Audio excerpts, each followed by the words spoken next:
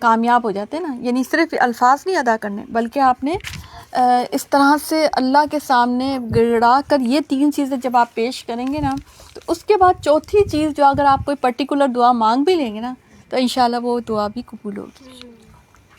ہمارا المیہ یہ ہے کہ ہم ان 3 چیزوں میں ناکام ہوتے ہیں. ہم چاہتے ہیں کہ پیچھے کا معاملہ ویسے ہی رہے اور آگے ہماری دعا قبول ہوتی رہے.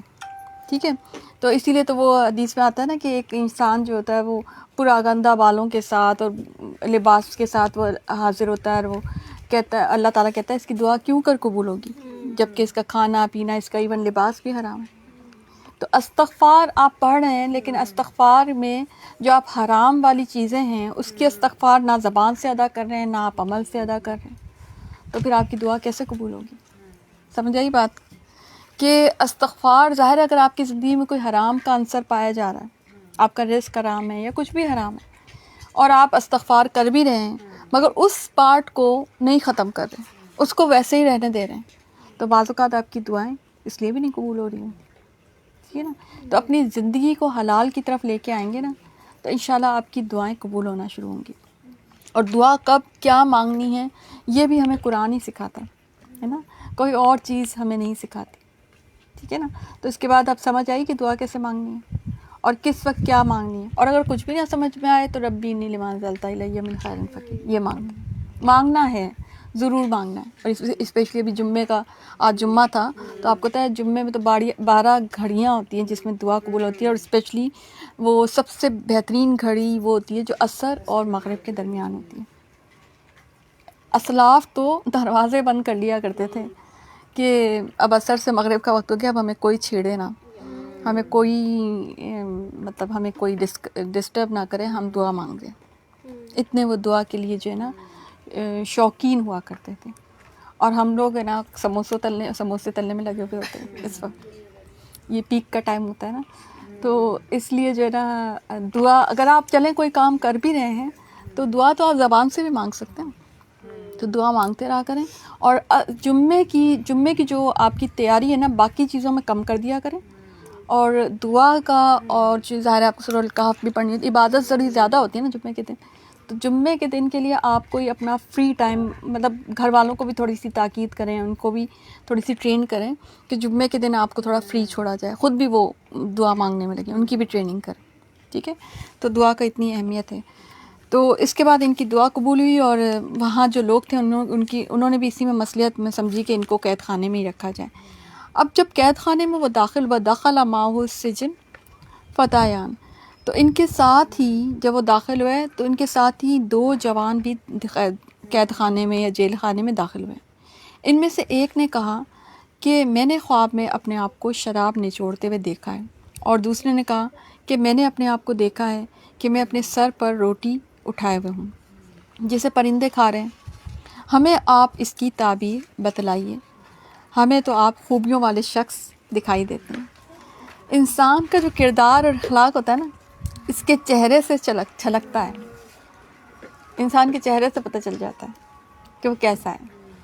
اور اس کے چہرے پہ جو سب سے بڑی چیز ہوتی ہے نا وہ اس کی ہوتی ہے اسمائل. ٹھیک ہے, اور اس کے چہرے کی نرمی. ٹھیک ہے, اور اس کی شخصیت سے چاہے کوئی غیر انسان ہو چاہے وہ اپنا ہو اس کو نفع ہی پہنچتا ہے, اور اس کو محسوس ہوتا ہے کہ مجھے اس سے خیر مل جائے گی. لوگ خود بخود اس کے سامنے اپنی بات, اپنے مسائل, اپنی پریشانیاں بیان کرنا شروع ہو جاتے ہیں. اب آپ دیکھیں یہ ایک دوسرے کو جانتے نہیں تھے, ٹھیک ہے, لیکن اس کے باوجود, اور یہ بہت بڑا معاملہ بھی ہے, یعنی خواب کسی سے شیئر کرنا, یہ تو موسٹلی ایسا ہی ہوتا ہے کہ کوئی بہت ہی کوئی جان پہچان والوں سے, لیکن ان کی اتنی انسیت ان کے اوپر ایک طرح سے قائم ہو گئی تھی. حضرت یوسف علیہ السلام کی اتنی انسیت جو ہے ان جوانوں پہ قائم ہو گئی تھی کہ انہوں نے فوری طور پہ اپنا پرسنل معاملہ شیئر کر دیا کہ ہمیں خواب آیا ہے, اور وہ ایسے لگتا ہے جیسے خواب سے بڑے پریشان تھے کہ بھئی اس کی, اس زمانے میں اسپیشلی آج کے زمانے میں بھی لوگ خوابوں کے بارے میں بہت پریشان کن ہوتے ہیں, ان کی حالت جو ہوتی ہے, اور لوگ خواب تنگ بھی کر رہے ہوتے ہیں. ٹھیک ہے, اور خواب سچے خواب بھی ہوتے ہیں کیونکہ آخر زمانے میں یہی جو ہے نا نبوت کی نشانیوں میں سے تو یہ سچے خواب آئیں گے. آخر زمانے میں نیک لوگوں کو سچے خواب آئیں گے. اور خواب 3 قسم کے ہوتے ہیں. ایک تو ایسے ہی جو خواب ہوتے ہیں ایسے ہی جو روزمرہ کی چیزیں جو آپ کر رہے ہوتے ہیں, ایک شیطان کی طرف سے ہوتا ہے جو شیطان آپ کو ڈراتا ہے خواب میں, اور تیسرا سچا خواب ہوتا ہے جو واقعی خواب ہوتا ہے. ٹھیک ہے. جو دو خواب ہوتے ہیں ان کی تو تعبیر لینا نہ لینا ایک برابر ہے. اس کا تو علاج یہی ہے کہ آپ بائیں طرف جو ہے دھتکار دیں گے شیطان کو, ٹھیک ہے. لیکن یہ جو سچا خواب ہوتا ہے یہ آپ اسی کو بیان کریں گے جو ایک تو خواب بتانے کی اہلیت رکھتا ہوں, دوسرا آپ کا کوئی خیر خواہ, کوئی مخلص ہو, ٹھیک ہے. تو انہوں نے بہرحال اپنا خواب جو ہے بیان کیا ان کے سامنے.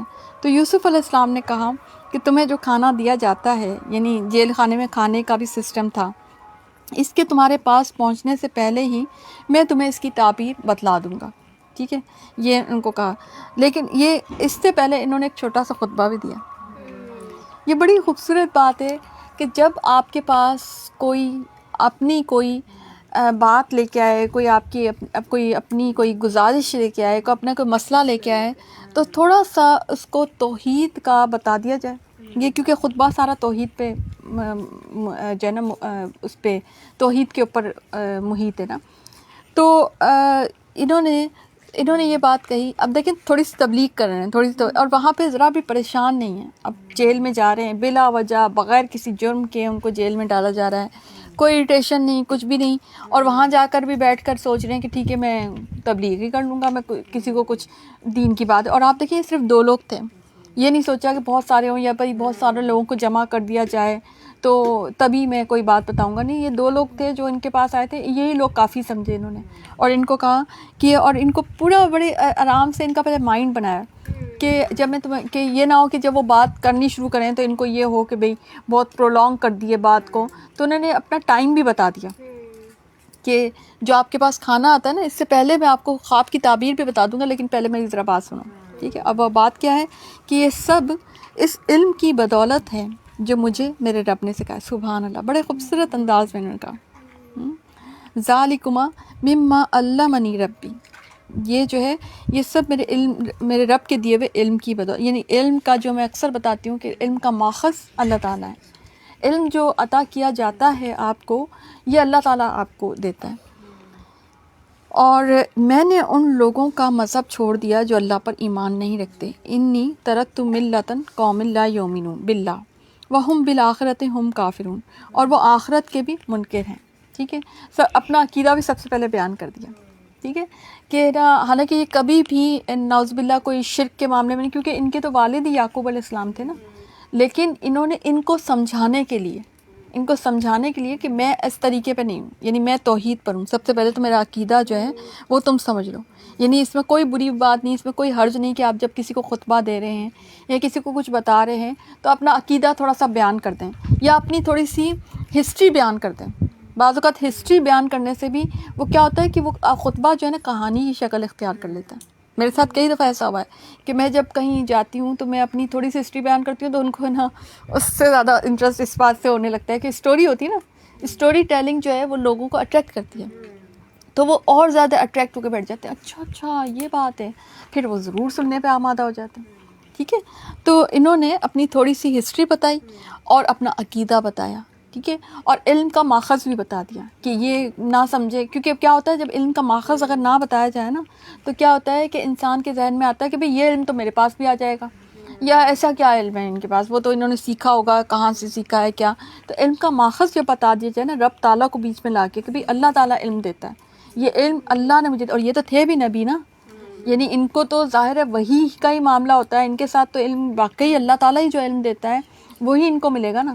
تو انہوں نے اپنے علم کی جو ہے وہ ہسٹری بھی بتا دی کہ اللہ تعالیٰ نے جو علم دیا ہے. اچھا آپ اس سے سیکھیں گے, ایز اے مبلغ کیا سیکھیں گے, جب آپ کسی کو کچھ بتا رہے ہو تو ان کو حوالہ قرآن اور سنت کا دیا کریں کہ ہم جو بات کر رہے ہیں نا, کیونکہ آپ کے پاس ظاہر ہے کوئی علم ویسا تو نہیں, آپ کے پاس تو نافع علم بھی آتا ہے اور آپ کے پاس غیر نافع علم بھی آتا ہے, کیونکہ آپ انسان ہیں, ٹھیک ہے. تو آپ تو یہ بات نہیں کہہ سکتے اس طرح سے کہ میرے پاس سارا علم جو ہے نا, وہ تو نبی ہی تھے, وہ تو نبی کہہ سکتے ہیں. لیکن یہ ہے کہ آپ یہ تو کہہ سکتے ہیں نا کہ ہم جو بات کہہ رہے ہیں وہ قرآن اور سنت کے حوالے سے کہہ رہے ہیں, ٹھیک ہے. میں اپنے باپ دادوں کے دین کا پابند ہوں, ٹھیک ہے. اپنے ان کو تعبیر بتانے سے پہلے اللہ کا میسج اس سے پہنچا رہے ہیں کہ میں اپنے باپ دادوں کے دین کا, کیونکہ باپ دادے خود بھی تو حق پر تھے نا, صحیح ہے نا. اب یہاں پہ آپ دیکھیں کہ اللہ تعالیٰ نے بڑے ہی ٹرکی انداز میں مشرکین مکہ کو بھی ایک طرح سے جسے کیا کہنا چاہیے, میں کیا کہوں کہ نا ایک طرح سے ان کو ٹارگٹ کر دیا ہے ٹارگیٹ ہی کر دیا ان کو نا, مطلب اگر دیکھیں, کیونکہ وہ کہتے تھے کہ ہم اپنے باپ دادوں کے دین کی پابندی کرتے ہیں. تو اللہ تعالیٰ نے کہا کہ مجھے باپ دادوں سے اختلاف نہیں ہے. یہ بھی یہی کہہ رہے ہیں کہ میں اپنے باپ دادوں کے دین کا پابند ہوں, لیکن اس میں فرق ہے کہ باپ دادے بھی پھر حق پر ہوں. اگر باپ دادے حق پر ہوں, سچائی پر ہوں, ان کا عقیدہ صحیح ہے, تو آپ بے شک باپ دادوں کا حوالہ دے کر جو ہے آگے پہنچا دیں, ٹھیک ہے. لیکن اگر آپ کے باپ دادے ہیں ہی نہیں حق پر, اگر ان کا دین بھی جو ہے مشکوک ہے, تو پھر آپ ان کا حوالہ کیسے دیں؟ یہاں پہ آپ دیکھیں ان کا پورا ان کو ٹارگٹ کیا ایک طرح سے مشرکین مکہ کو, کہ وہ کہتے تھے نا باپ داد, تو اللہ تعالیٰ نے کہا باپ دادوں سے اختلاف نہیں ہے ہمیں. وہ اس بات کو بہت غیرت کا سبب بناتے تھے نا, کہ ہم, آپ کو یاد ہوگا عبد المطلب کے ساتھ جب آ کے بیٹھ گئے تھے مشرکین, سرداران مشرکین جو بیٹھ گئے تھے, تو جب نبی کریم صلی اللہ علیہ وسلم ان کو کہہ رہے تھے کلمہ پڑھ لیجئے, تو وہی تو برگلا رہے تھے. اب آپ اس عمر میں جا کے, اب آپ آخر وقت میں جا کے اپنے باپ دادوں کا دین چھوڑ دیں گے. ورغلانے والے وہ یہی بات کہہ کے ورغلا رہے تھے. یعنی یہ غیرت کی بات جو ہے نا ادھر سمجھی جاتی تھی کہ باپ دادے جو کام کرتے ہیں وہ ہم کریں. آج تک ہمارے ہاں بھی اب جا کے اس نیو جنریشن کو تھوڑا تھوڑا سمجھ آنا شروع ہوا ہے کہ بھئی دین جو ہے نا, دین کا روٹ باپ دادا نہیں ہوتے.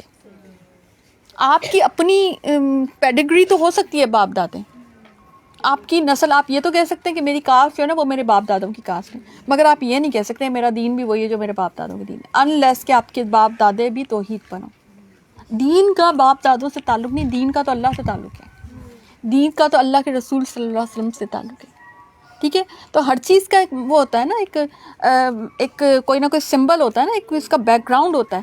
اب آپ یہ کہیں کاسٹ کا آپ کہہ دیں, مطلب اگر ہم یہ کاسٹ میں اگر ہم یہ کہہ دیں کہ جی ہماری کوئی کاسٹ ہماری مل رہی ہے, تو وہ ہم جھوٹ بولیں گے, ٹھیک ہے نا. کاسٹ تو ہم اپنے باپ دادوں سے ہی ملائیں گے, ٹھیک ہے نا. تو لیکن جہاں دین کی بات ہوگی تو دین ہم اللہ اور رسول صلی اللہ علیہ وسلم سے ملا کے, انہی سے جوڑ کے وہی چیز پیش کریں. تو ہمیں اپنی لمیٹیشنس بھی بتا دی اس میں کہ باپ دادے جو ہے نا وہ آپ کے دین کے بیچ میں حائل نہیں ہونے چاہیے, ٹھیک ہے. اور وہ باپ دادے کون تھے؟ حضرت ابراہیم علیہ السلام, اسحاق علیہ السلام اور یعقوب علیہ السلام. باپ دادے کیسے شاندار تھے. ہمیں ہرگز یہ سزاوار نہیں کہ ہم اللہ تعالیٰ کے ساتھ کسی کو بھی شریک کریں. ہم پر اور تمام لوگوں پر اور اللہ تعالیٰ کا ایک خاص فضل ہے, لیکن اکثر لوگ ناشکری کرتے ہیں. یعنی کہ اگر ہم توحید کی طرف آ جائیں تو توحید جو ہے اللہ کا فضل ہے, اور شرک جو ہے نا اللہ کو ناپسند ہے, ٹھیک ہے. اب یہ اگر آپ دیکھیں نا تو یہ بندہ جو تھا اور اس زمانے میں توحید نہیں تھی, ٹھیک ہے. تو ہو سکتا ہے کہ یہ جو دو بندے ہوں یہ شرک پہ ہی ہوں, ٹھیک ہے. لیکن انہوں نے ڈائریکٹ جو ہے ان کو بتا دیا کہ آپ کی جو ہے نا, مطلب یہ ان کا کیونکہ دین کچھ آیا نہیں ہے نا, اور ظاہر ہے اس کے بعد دین کی تبلیغ اگر اس زمانے میں دیکھیں تو شرک پھیلا ہوا تھا, ٹھیک ہے نا. تو ان کا اپنا کوئی دین نہیں ہے, لیکن اس کو ڈسکس ہی نہیں کیا گیا. جس کا اپنا کچھ بھی بیک گراؤنڈ کا دین ہے, آپ جب تعلیم دیں گے تو پھر توحید کی دیں گے, اور آپ اس کو مطلب آپ اس کو ایڈریس کریں گے فوری طور پہ توحید کی طرف لے کے آئیں گے, ٹھیک ہے. اور جس کا جو بھی دین ہے وہ صحیح نہیں ہے, ٹھیک ہے نا. دین توحید کا ہی مانا جائے گا, ٹھیک ہے. اے میرے قید خانے کے ساتھیوں, اب کتنا خوبصورت انداز میں کہا, یا صاحب السجن, کیا متفرق کئی پروردگار بہتر ہیں یا ایک اللہ زبردست طاقتور. سبحان اللہ, بہت ہی خوبصورت. ارباب متفرقون, رب کی جمع ہے نا ارباب, کہ بہت سارے رب متفرق جو کہ کمزور ہوں وہ زیادہ بہتر ہے, یا اللہ الواحد القہار. سبحان اللہ, کہ زبردست. یہاں پہ جو اللہ کی صفت بھی اس کی نا زبردست ہے, کہ ایک تو اس کی واحد اسی کی صفت ہے, اور قہار زبردست کے لیے ہوتا ہے, زبردست جو اپنی ہر چیز کرنے پہ قادر ہوتا ہے. جو مشرک ہوتے ہیں نا, جو شرک چیزیں ہوتی ہیں, جو شرکیہ جو جن کو پوجا جاتا ہے, وہ کچھ بھی کرنے کے قادر نہیں ہوتے. تو صفت بڑی خوبصورت استعمال ہوئی ہے یہاں پہ. قہار جو ہوتا ہے وہ اپنے آپ میں ہی سب کچھ کرنے کی طاقت رکھتا ہے, انتہائی طاقتور کے لیے, انتہائی قوت والے رب کے لیے استعمال ہوتا ہے لفظ قہار, ٹھیک ہے. تو انہوں نے کہا کہ تم, کیونکہ دیکھیں بڑے خوبصورت انداز میں کہ اگر کمزور تم رب کو پوجا کرو گے جو کہ تمہارے اگر شرک میں ہے, تو پھر تم خود بھی کمزور ہی رہو گے. لیکن اگر تم طاقتور رب جو کہ ایک رب ہے, وہ سچا رب ہے, اس کی عبادت کرو گے تو اس کی طاقت تمہارے تک بھی آئے گی, وہ تمہیں بھی طاقتور کر دے گا, ٹھیک ہے نا. جو رب تعالیٰ ہے نا, جب اس کا بندہ جو مومن ہوتا ہے نا وہ اس کو بھی، کیونکہ دعا کے ذریعے سے، آزمائشوں کے بعد جب آپ سرخرو ہو جاتے ہیں تو اس کے ذریعے سے آپ کے پاس اتنے سارے اور بھی ہتھیار اللہ تعالیٰ نے دے رکھے ہیں کہ آپ پاورفل ہوتے ہیں اس دنیا میں رہتے ہوئے نا. مومن سب سے زیادہ پاورفل ہوتا ہے، کوئی اور دین والا پاورفل نہیں ہوتا. آپ دیکھیں نا، آپ کب بند گلی میں جا کے کھڑے ہوتے ہیں، آپ کو زندگی میں آپ ڈاکٹر جواب دے دیں، کچھ ہی کر دیں، سب کچھ ہو جائے تو بھی آپ کے اندر دعا کا دروازہ کھلا. اللہ جواب نہیں دیتا، اللہ نے کہا بھی نہیں کہ میں جواب دیتا. اللہ نے تو اتنی بڑی بات کہہ رکھی ہے کہ جب تک کہ تمہاری موت نہیں آتی ہے، سکرات الموت سے پہلے اگر کوئی توبہ بھی کر لیتا ہے اپنے اس تمام تر گناہوں کی، یعنی جتنی پوری زندگی اگر گناہ میں لتڑی ہوئی ہے، اگر اس کی بھی توبہ کر لیتا ہے تو میں توبہ قبول کر لیتا ہوں. تو دعا کی قبولیت کا تو پھر کیا ہی عنصر ہوگا. ٹھیک ہے نا. تو یہ بات سمجھ میں آئی آپ کو کہ وہ رب کتنا طاقتور ہے اور کتنا آپ کو کبھی بھی آپ کو نا امید یا مایوس نہیں ہونے دیتا. اور واقعی بعض اوقات عین جو ہے نا 90 ڈگری سے آپ کی زندگی بدل جاتی ہے. میں نے تو لوگوں کو دیکھا ایسے بدلتے ہیں. آپ خود اپنے اندر جھانک لیں. آپ پہلے شاید اتنے دین کی طرف نہ ہوں، اب اللہ تعالیٰ نے آپ کے دل پھیر دیے، آپ کو جہالت اچھی نہیں لگتی ہے نا. تو اس کے سوا تم جن کی پوجا پاٹ کر رہے ہو سب نام کی نام، یعنی کہ وہ جو ہیں نام ہی نام ہے، ان کی کوئی اصل نہیں ہے. اور جو تم نے اور تمہارے باپ دادوں نے خود ہی گھڑ لی ہیں، یعنی ان کی کوئی سمیتموہا، تم نے خود ہی اس کو نام دے دیا. انتم و آباؤکم ما انزل اللہ بیہا من سلطان، ان کے ساتھ اللہ تعالیٰ نے کوئی دلیل، سلطان کہتے ہیں دلیل کو، کوئی دلیل جو ہے نا وہ مقرر نہیں کی ہے، ان کے پاس کوئی دلیل نہیں ہے. ان الحکم الا للہ، اور جو حکم جو ہے، فیصلہ جو ہے، فرما روائی جو ہے، وہ صرف اور صرف اللہ کے لیے. ٹھیک ہے، اسی کا فرمان ہے کہ تم سب سوائے اس کے اور کسی کی عبادت نہ کرو، یہی دین درست ہے، لیکن اکثر لوگ نہیں جانتے. ٹھیک ہے. اب یہ کتنا جسے کہتے ہیں کہ دل پہ اثر ڈالنے والے چھوٹا سا خطبہ، یہ پورا خطبہ ہے، پورا خطبہ پوری دلیل کے ساتھ بات بیان کر دی 3-4 لائنوں میں. ہم بھی کر سکتے ہیں. کسی کے پاس ملنے جا رہے ہیں، کسی کو کچھ مطلب ویسے کسی آپ دنیاوی وزٹ پہ ہیں، کسی کے پاس عیادت کرنے جا رہے ہیں، کسی کی تعزیت کرنے جا رہے ہیں، اور آپ چھوٹا سا یہ خطبہ تو پیش کر ہی سکتے ہیں. اور اسپیشلی اس وقت جب کوئی مشکل میں، اس وقت دل ویسے بھی نرم ہوتے ہیں، تو ان کو کہیں کہ آپ کی مشکل، آج وہ چلا گیا، آج کل آپ بھی چلے جائیں گے، تو اللہ کے لیے کچھ، آپ اللہ کے لیے کوئی کام آپ نے کیا ہے اور آپ اللہ کی طرف جھکیں. کوئی زندگی میں مشکل آئے تو ان کو سمجھائیں کہ دیکھو یہ مشکل اس لیے بھی آئی کہ ہو سکتا ہے کہ تمہاری کوئی غلطی ہو تو تم اللہ کے سامنے معافی مانگ لو. تو یہ چھوٹے چھوٹے سے خطبے ہوتے ہیں جو آپ عام آئلی زندگی میں ایک دوسرے کو دے سکتے ہیں. صحابہ کرام ایسے ہی کرتے تھے. ان کی جو باتیں ہوتی تھیں وہ دنیاوی باتیں نہیں ہوتی تھیں. جب ہم دنیاوی اثر و رسوخ سے نکل جاتے ہیں نا، جب ہم دنیاوی کلچر سے نکلتے ہیں نا، تو ہمیں سوجتی ہیں یہ دین کی باتیں. ادروائز ہم دنیاوی جب ہوتے ہیں نا تو ہم دنیاوی باتیں کر کے، وہیں غیبتیں کر کے، اس نے کپڑے کیسے پہنے تھے، اس نے یہ کیسے کیا تھا، اس نے وہ کیسے، وہی باتیں کر کے واپس آ جاتے ہیں، اور کوئی دین کا کام کر کے نہیں، کیونکہ ہم خود دنیاوی باتوں میں لگے ہوئے ہوتے ہیں. ٹھیک ہے نا. تو یہ بڑا امپورٹنٹ ہے کہ ہمارا موٹو کیا ہے اور ہمارا لائف سٹائل کیسا ہے. تو پھر اس کے بعد کہتے ہیں، اب ان کو تعبیر بتا رہے ہیں، اے میرے قید خانے کے ساتھیوں، تم دونوں میں سے ایک تو اپنے بادشاہ کو شراب پلانے پہ مقرر ہو جائے گا، لیکن دوسرا سولی پر چڑھایا جائے گا اور پرندے اس کا سر نوچ نوچ کے کھائیں گے. تم دونوں جس کے بارے میں تحقیق کر رہے تھے اس کام کا اب فیصلہ کر دیا گیا، کیونکہ اب آپ نے خواب کی تعبیر کر لی. ٹھیک ہے نا. تو حدیث میں نا کہ جب تک خواب کی تعبیر نہ کی جائے پرندے کے پاؤں میں، جب اس کی تعبیر کر دی جائے تو وہ واقعہ ہو جاتا ہے. ٹھیک ہے نا. تو اب آپ دیکھیں کہ اس میں 2 لوگ تھے نا، تو ان کو یہ نہیں بتایا کہ کون سا کیا کرے گا. ٹھیک ہے. بس یہ بتایا کہ اتنا سا وہ دیا تاکہ نا امیدی نہ آئے. ٹھیک ہے. لیکن ایک چیز کہ جس کی نسبت یوسف علیہ السلام کو گمان تھا کہ ان دونوں میں سے یہ چھوٹ جائے گا، اس کو کہا. اب ان کو تو اندازہ ہو گیا تھا نا، کیونکہ یہ جو سر پہ یہ اس کی تعبیر یہی ہے، جس کے سر پر روٹیاں ہوں اور کوئی اور کھا رہا ہے. اس کی تعبیر اصل میں یہ ہے کہ آپ کا رزق اب ختم ہو گیا ہے، اب رزق کوئی اور کھا رہا ہے. اصل میں یہ جو ہے نا ایسے خواب ہوتے ہیں تو ان کی تعبیر ایسی ہی ہوتی ہے. تو اور جو انگور والا تھا نا، تو انگور سے شراب نکالی جاتی ہے نا. اس میں کیا تھا، کیا پوچھا گیا تھا، شراب نچوڑتے ہوئے دیکھا. ٹھیک ہے نا.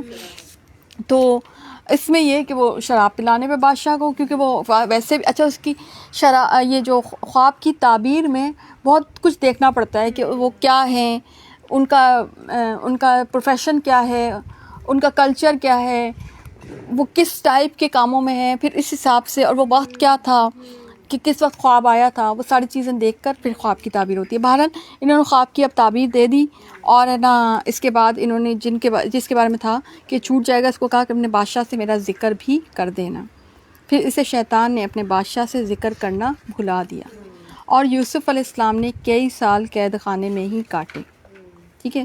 بدا سنین، بدا لفظ ہوتا ہے 3 سے 9 سال کے لیے.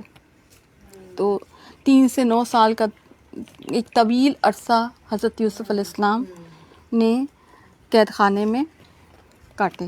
اور یہ جو تھا نا، اس کو شیطان نے، اس کا مطلب کہ شیطان جو ہے انسان کو بھلا بھی دیتا ہے.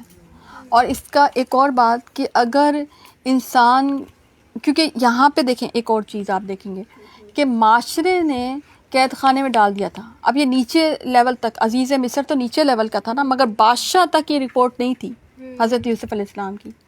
تو یوسف علیہ السلام نے ایک چھوٹی سی کوشش کی کہ بادشاہ کو میرا بتا دینا، تو اس میں حرج بھی نہیں.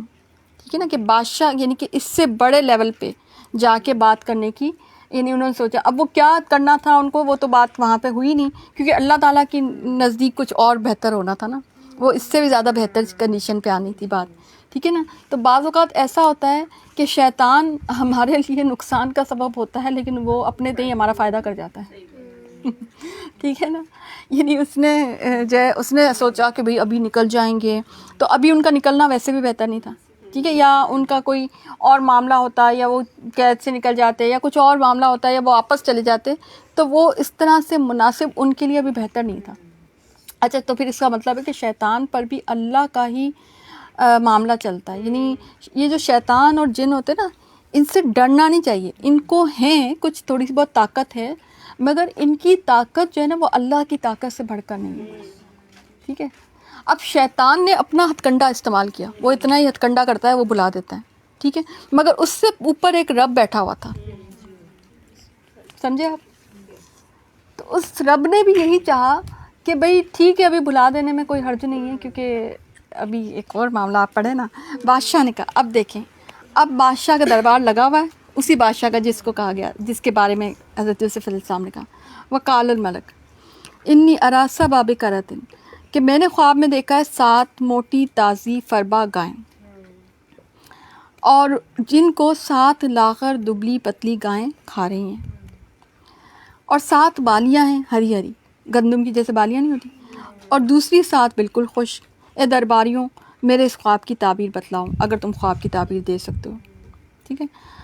اب آپ دیکھیں کہ بعض اوقات اللہ تعالیٰ اس طرح مدد کرتا ہے، کسی کا خواب کسی کی زندگی کا سبب بن گیا. اب بادشاہ کو خواب اب دیکھیں یہ سب اللہ تعالیٰ، یہ جو یعنی میں کہتی ہوں یہ جو ڈنڈیاں ہیں نا، یہ جو جیسے کٹ پتلیوں کی جیسے نہیں ہوتی، وہ جو کیا کہتے ہیں ان کو، ڈنڈیاں ہی کہتے ہیں، ڈوریاں. ہاں، ڈوریاں جو ہے نا، یہ سب اوپر سے ہل رہی ہوتی ہیں. سبحان اللہ. اب اللہ تعالیٰ نے اب وقت آ گیا تھا ان کو نکالنا تھا، اور لیکن الگ طریقے سے نکالنا تھا. تو اب اللہ تعالیٰ نے بادشاہ کو ایک خواب دکھایا. اب وہاں پہ دربار میں کس کو خواب آنا تھا؟ اچھا، یہ ٹیکنیک، یہ اسکل حضرت یوسف علیہ السلام کے پاس تھی کہ ان کو خواب کی تعبیر آتی تھی. ٹھیک ہے. تو انہوں نے جب خواب کی تعبیر پوچھی، تو اب وہاں تو ان کا جو دربار تھا اس میں تو کسی کو نہیں آیا تھا. انہوں نے جواب دیا کہ یہ تو اڑتے اڑاتے پریشان خواب ہیں، اور ایسے شوریدہ پریشان خوابوں کی تعبیر جاننے والے ہمیں تو نہیں پتہ اس کی تعبیر. ٹھیک ہے. تو کیونکہ درباریوں میں سے کسی کو بھی علم نہیں تھا. ان 2 قیدیوں میں سے جو رہا ہوا تھا، اسے مدت بعد یاد آ گیا. اب وقت تھا اس کو یاد آنا ہے نا. تو شیطان نے اس وقت تو بھلا دیا تھا، مگر اب یاد آ، اور اب کس نے یاد دلایا تھا؟ اب اللہ تعالیٰ نے یاد دلایا کہ اب یہ کام کرنا ہے. اور کہنے لگا، میں تمہیں اس کی تعبیر بتلا دوں گا، مجھے جانے کی اجازت دیجیے. ٹھیک ہے. اے یوسف علیہ السلام، بہت بڑے سچے یوسف علیہ السلام. اب یہ آئے یوسف علیہ السلام کے بعد، یوسف ایھا الصدیق. اب ظاہر ہے ان کو یہ بھی تھا کہ اتنے سالوں کا بعد مل رہا ہوں میں، اب میں کس منہ سے جاؤں. تو ان کو جیسے نہیں جو ہمارے انداز میں ہوتا ہے بٹرنگ کرتے ہوئے، تو وہ اس طرح سے وہ پہنچے کہ بہت بڑے سچے یوسف، آپ ہمیں اس خواب کی تعبیر بتلائیے. کے ساتھ موٹی تازی گائیں جنہیں 7 دبلی پتلی گائیں کھا رہی ہیں، اور 7 بالکل سبز خوشیں ہیں، اور 7 ہی دوسرے بھی بالکل خشک ہیں، تاکہ میں واپس جاؤں ان لوگوں سے کہوں کہ وہ سب جان لیں۔ یوسف علیہ السلام نے جواب دیا کہ تم 7 سال تک پے در پہ لگاتار حسب عادت غلہ بویا کرنا اور فصل کاٹ کر اسے بالیوں سمیت ہی رہنے دینا، سوائے اپنے کھانے کی تھوڑی سی مقدار کی۔ ٹھیک ہے، اب خواب کی تعبیر بھی بتائی اور تدبیر بھی بتا دی کہ اس صورتحال سے نمٹنا کیسا ہے۔ ٹھیک ہے، اور یہ بہترین فوڈ سیونگ ٹیکنالوجی، بہت ذہین تھے حضرت یوسف علیہ السلام، اور اپنی ذہانت بانٹی۔ ذہانت بھی اسکل ہوتی ہے، ٹھیک ہے، اب انہوں نے کوئی ٹریننگ نہیں لی تھی کوئی فوڈ ٹیکنالوجی کی، ٹھیک ہے، ہمارے معاشرے میں تو اس کی ٹریننگ ہوتی ہے نا، انہوں نے کوئی ٹریننگ نہیں لی تھی، ان کو پتہ تھا، صحیح ہے۔ تو اس کے بعد 7 سال نہایت قحط کے آئیں گے، وہ اس غلے کو کھا جائیں گے جو تم نے ان کے لیے ذخیرہ رکھ چھوڑا، سوائے اس تھوڑے سے کہ جو تم روک رکھتے ہو۔ اس کے بعد جو سال آئے گا اس میں لوگوں پر خوب بارش برسائی جائے گی، اس میں شیرہ انگور بھی خوب نچوڑیں گے۔ بادشاہ نے کہا یوسف علیہ السلام کو میرے پاس، اب اس کی خواب کی تعبیر انہوں نے اس طرح سے دے دی، کیسے کہ 7 سال سے مراد جو ہے نا، یہ 7 جو گائیں نا، اس سے مراد 7 سال لیے گئے کہ خوب پیداوار ہوگی، اور 7 دبلی پتلی جو گائیں ہیں اس کے برعکس جو ہے نا وہ 7 سال جو خوش سالی کے ہوں گے، اور 7 سبز خوشے جو ہے نا اس سے مراد زمین خوب پیداوار دے گی، اور 7 خشک سبز خوشوں سے مراد ہے کہ ان 7 سالوں میں پیداوار نہیں ہوگی، بنجر ہو جائے گی، ٹھیک ہے، خشک ہو جائیں گی نا خوشے۔ تو بادشاہ نے جو ہے نا وہ یہ کہا کہ اب وہ سمجھ گیا کہ بھئی ظاہر، اور بادشاہ انکوائری کر بھی سکتا ہے نا، تو اس نے پوچھا کہ بھئی یوسف علیہ السلام کو اب میرے پاس لے کے آؤ۔ بھئی معلوم کیا کہ کس نے کیا تو پتہ چلا کہ کوئی ایک قید میں ہیں، تو کہا کہ میرے پاس لے کے آؤ۔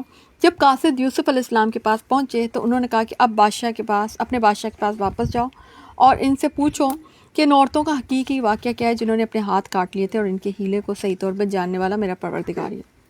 ٹھیک ہے، اب سمجھ میں آئی کہ کیوں اس وقت بلا دیا گیا تھا اور کیوں اب یاد دلایا جا رہا ہے۔ حکمت ہے نا، اگر اس وقت یوسف علیہ السلام جاتے تو وہ سائل بن کر جاتے، اور اس وقت بادشاہ آیا ہے تو بادشاہ سائل بن کے آیا ہے، تو وہ وقت کے نبی تھے، تو ان کے لیے اللہ نے یہ سمجھا نہیں ضروری کہ ٹھیک، اور ویسے بھی معاشرہ تو بدلنا نہیں تھا نا، ٹھیک ہے، بعض اوقات ٹائم جو ہوتا ہے نا چیزوں کو چینج کرتا ہے۔ اب ظاہر باہر کی خواتین کو بھی سمجھ آنا شروع ہو گیا کہ وہ تو کوئی بہت ہی پاک باز انسان تھے کہ جنہوں نے اپنے لیے قید منتخب کر لی، لیکن ہمارے داؤ پیچ مطلب قید کوئی اچھی چیز نہیں ہوتی ہے، مگر ہمارے داؤ پیچ جو کہ اگر وہ ایک طرح سے اگر ان کی بات مان لی جاتی تو دنیاوی طور پہ تو ان کو کوئی نقصان نہیں تھا نا، دنیاوی طور پہ تو کوئی نقصان نہیں تھا، تو وہ خواتین کی بھی اب جو ہے عقل میں سمجھ میں آنی شروع ہو گئی کہ وہ کوئی بہت، اور پورے معاشرے میں یہ بات جو ہے نا ایک طرح سے ان کی نیک نامی کا چرچا ہونے لگ گیا ہے کہ وہ ایک شخص تھا جو قید میں بیٹھا ہوا ہے، لیکن اس نے یہ پسند نہیں کیا کہ میں جو معاشرے میں جو چیز چل رہی ہے میں اس کا ساتھ جو ہے بن جاؤں، یا اس کے اسی جو ہے نا ریلے میں بہہ جاؤں، یا پریویلنگ جو کلچر ہے اس کا میں بھی حصہ بن جاؤں۔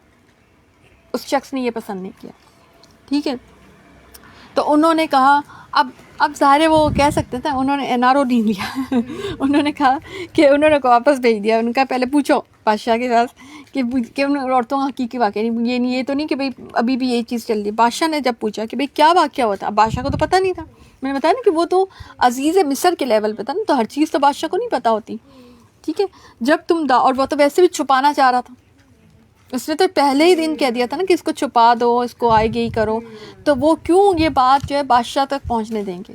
آپ کو پتہ ہے آج بھی اس زمانے میں یہ لوگ ایسا ہی ہوتا ہے نا کہ جو اوپر لیول پہ بیٹھے ہوتے ہیں نا، ان کے مشیر ہوتے ہیں، ان کو وہی بات بتاتے ہیں جو ان کے لیے بہتر ہوتی ہے، جو ہر بات نہیں ان کو بتائی جا رہی ہوتی ہے، ٹھیک ہے۔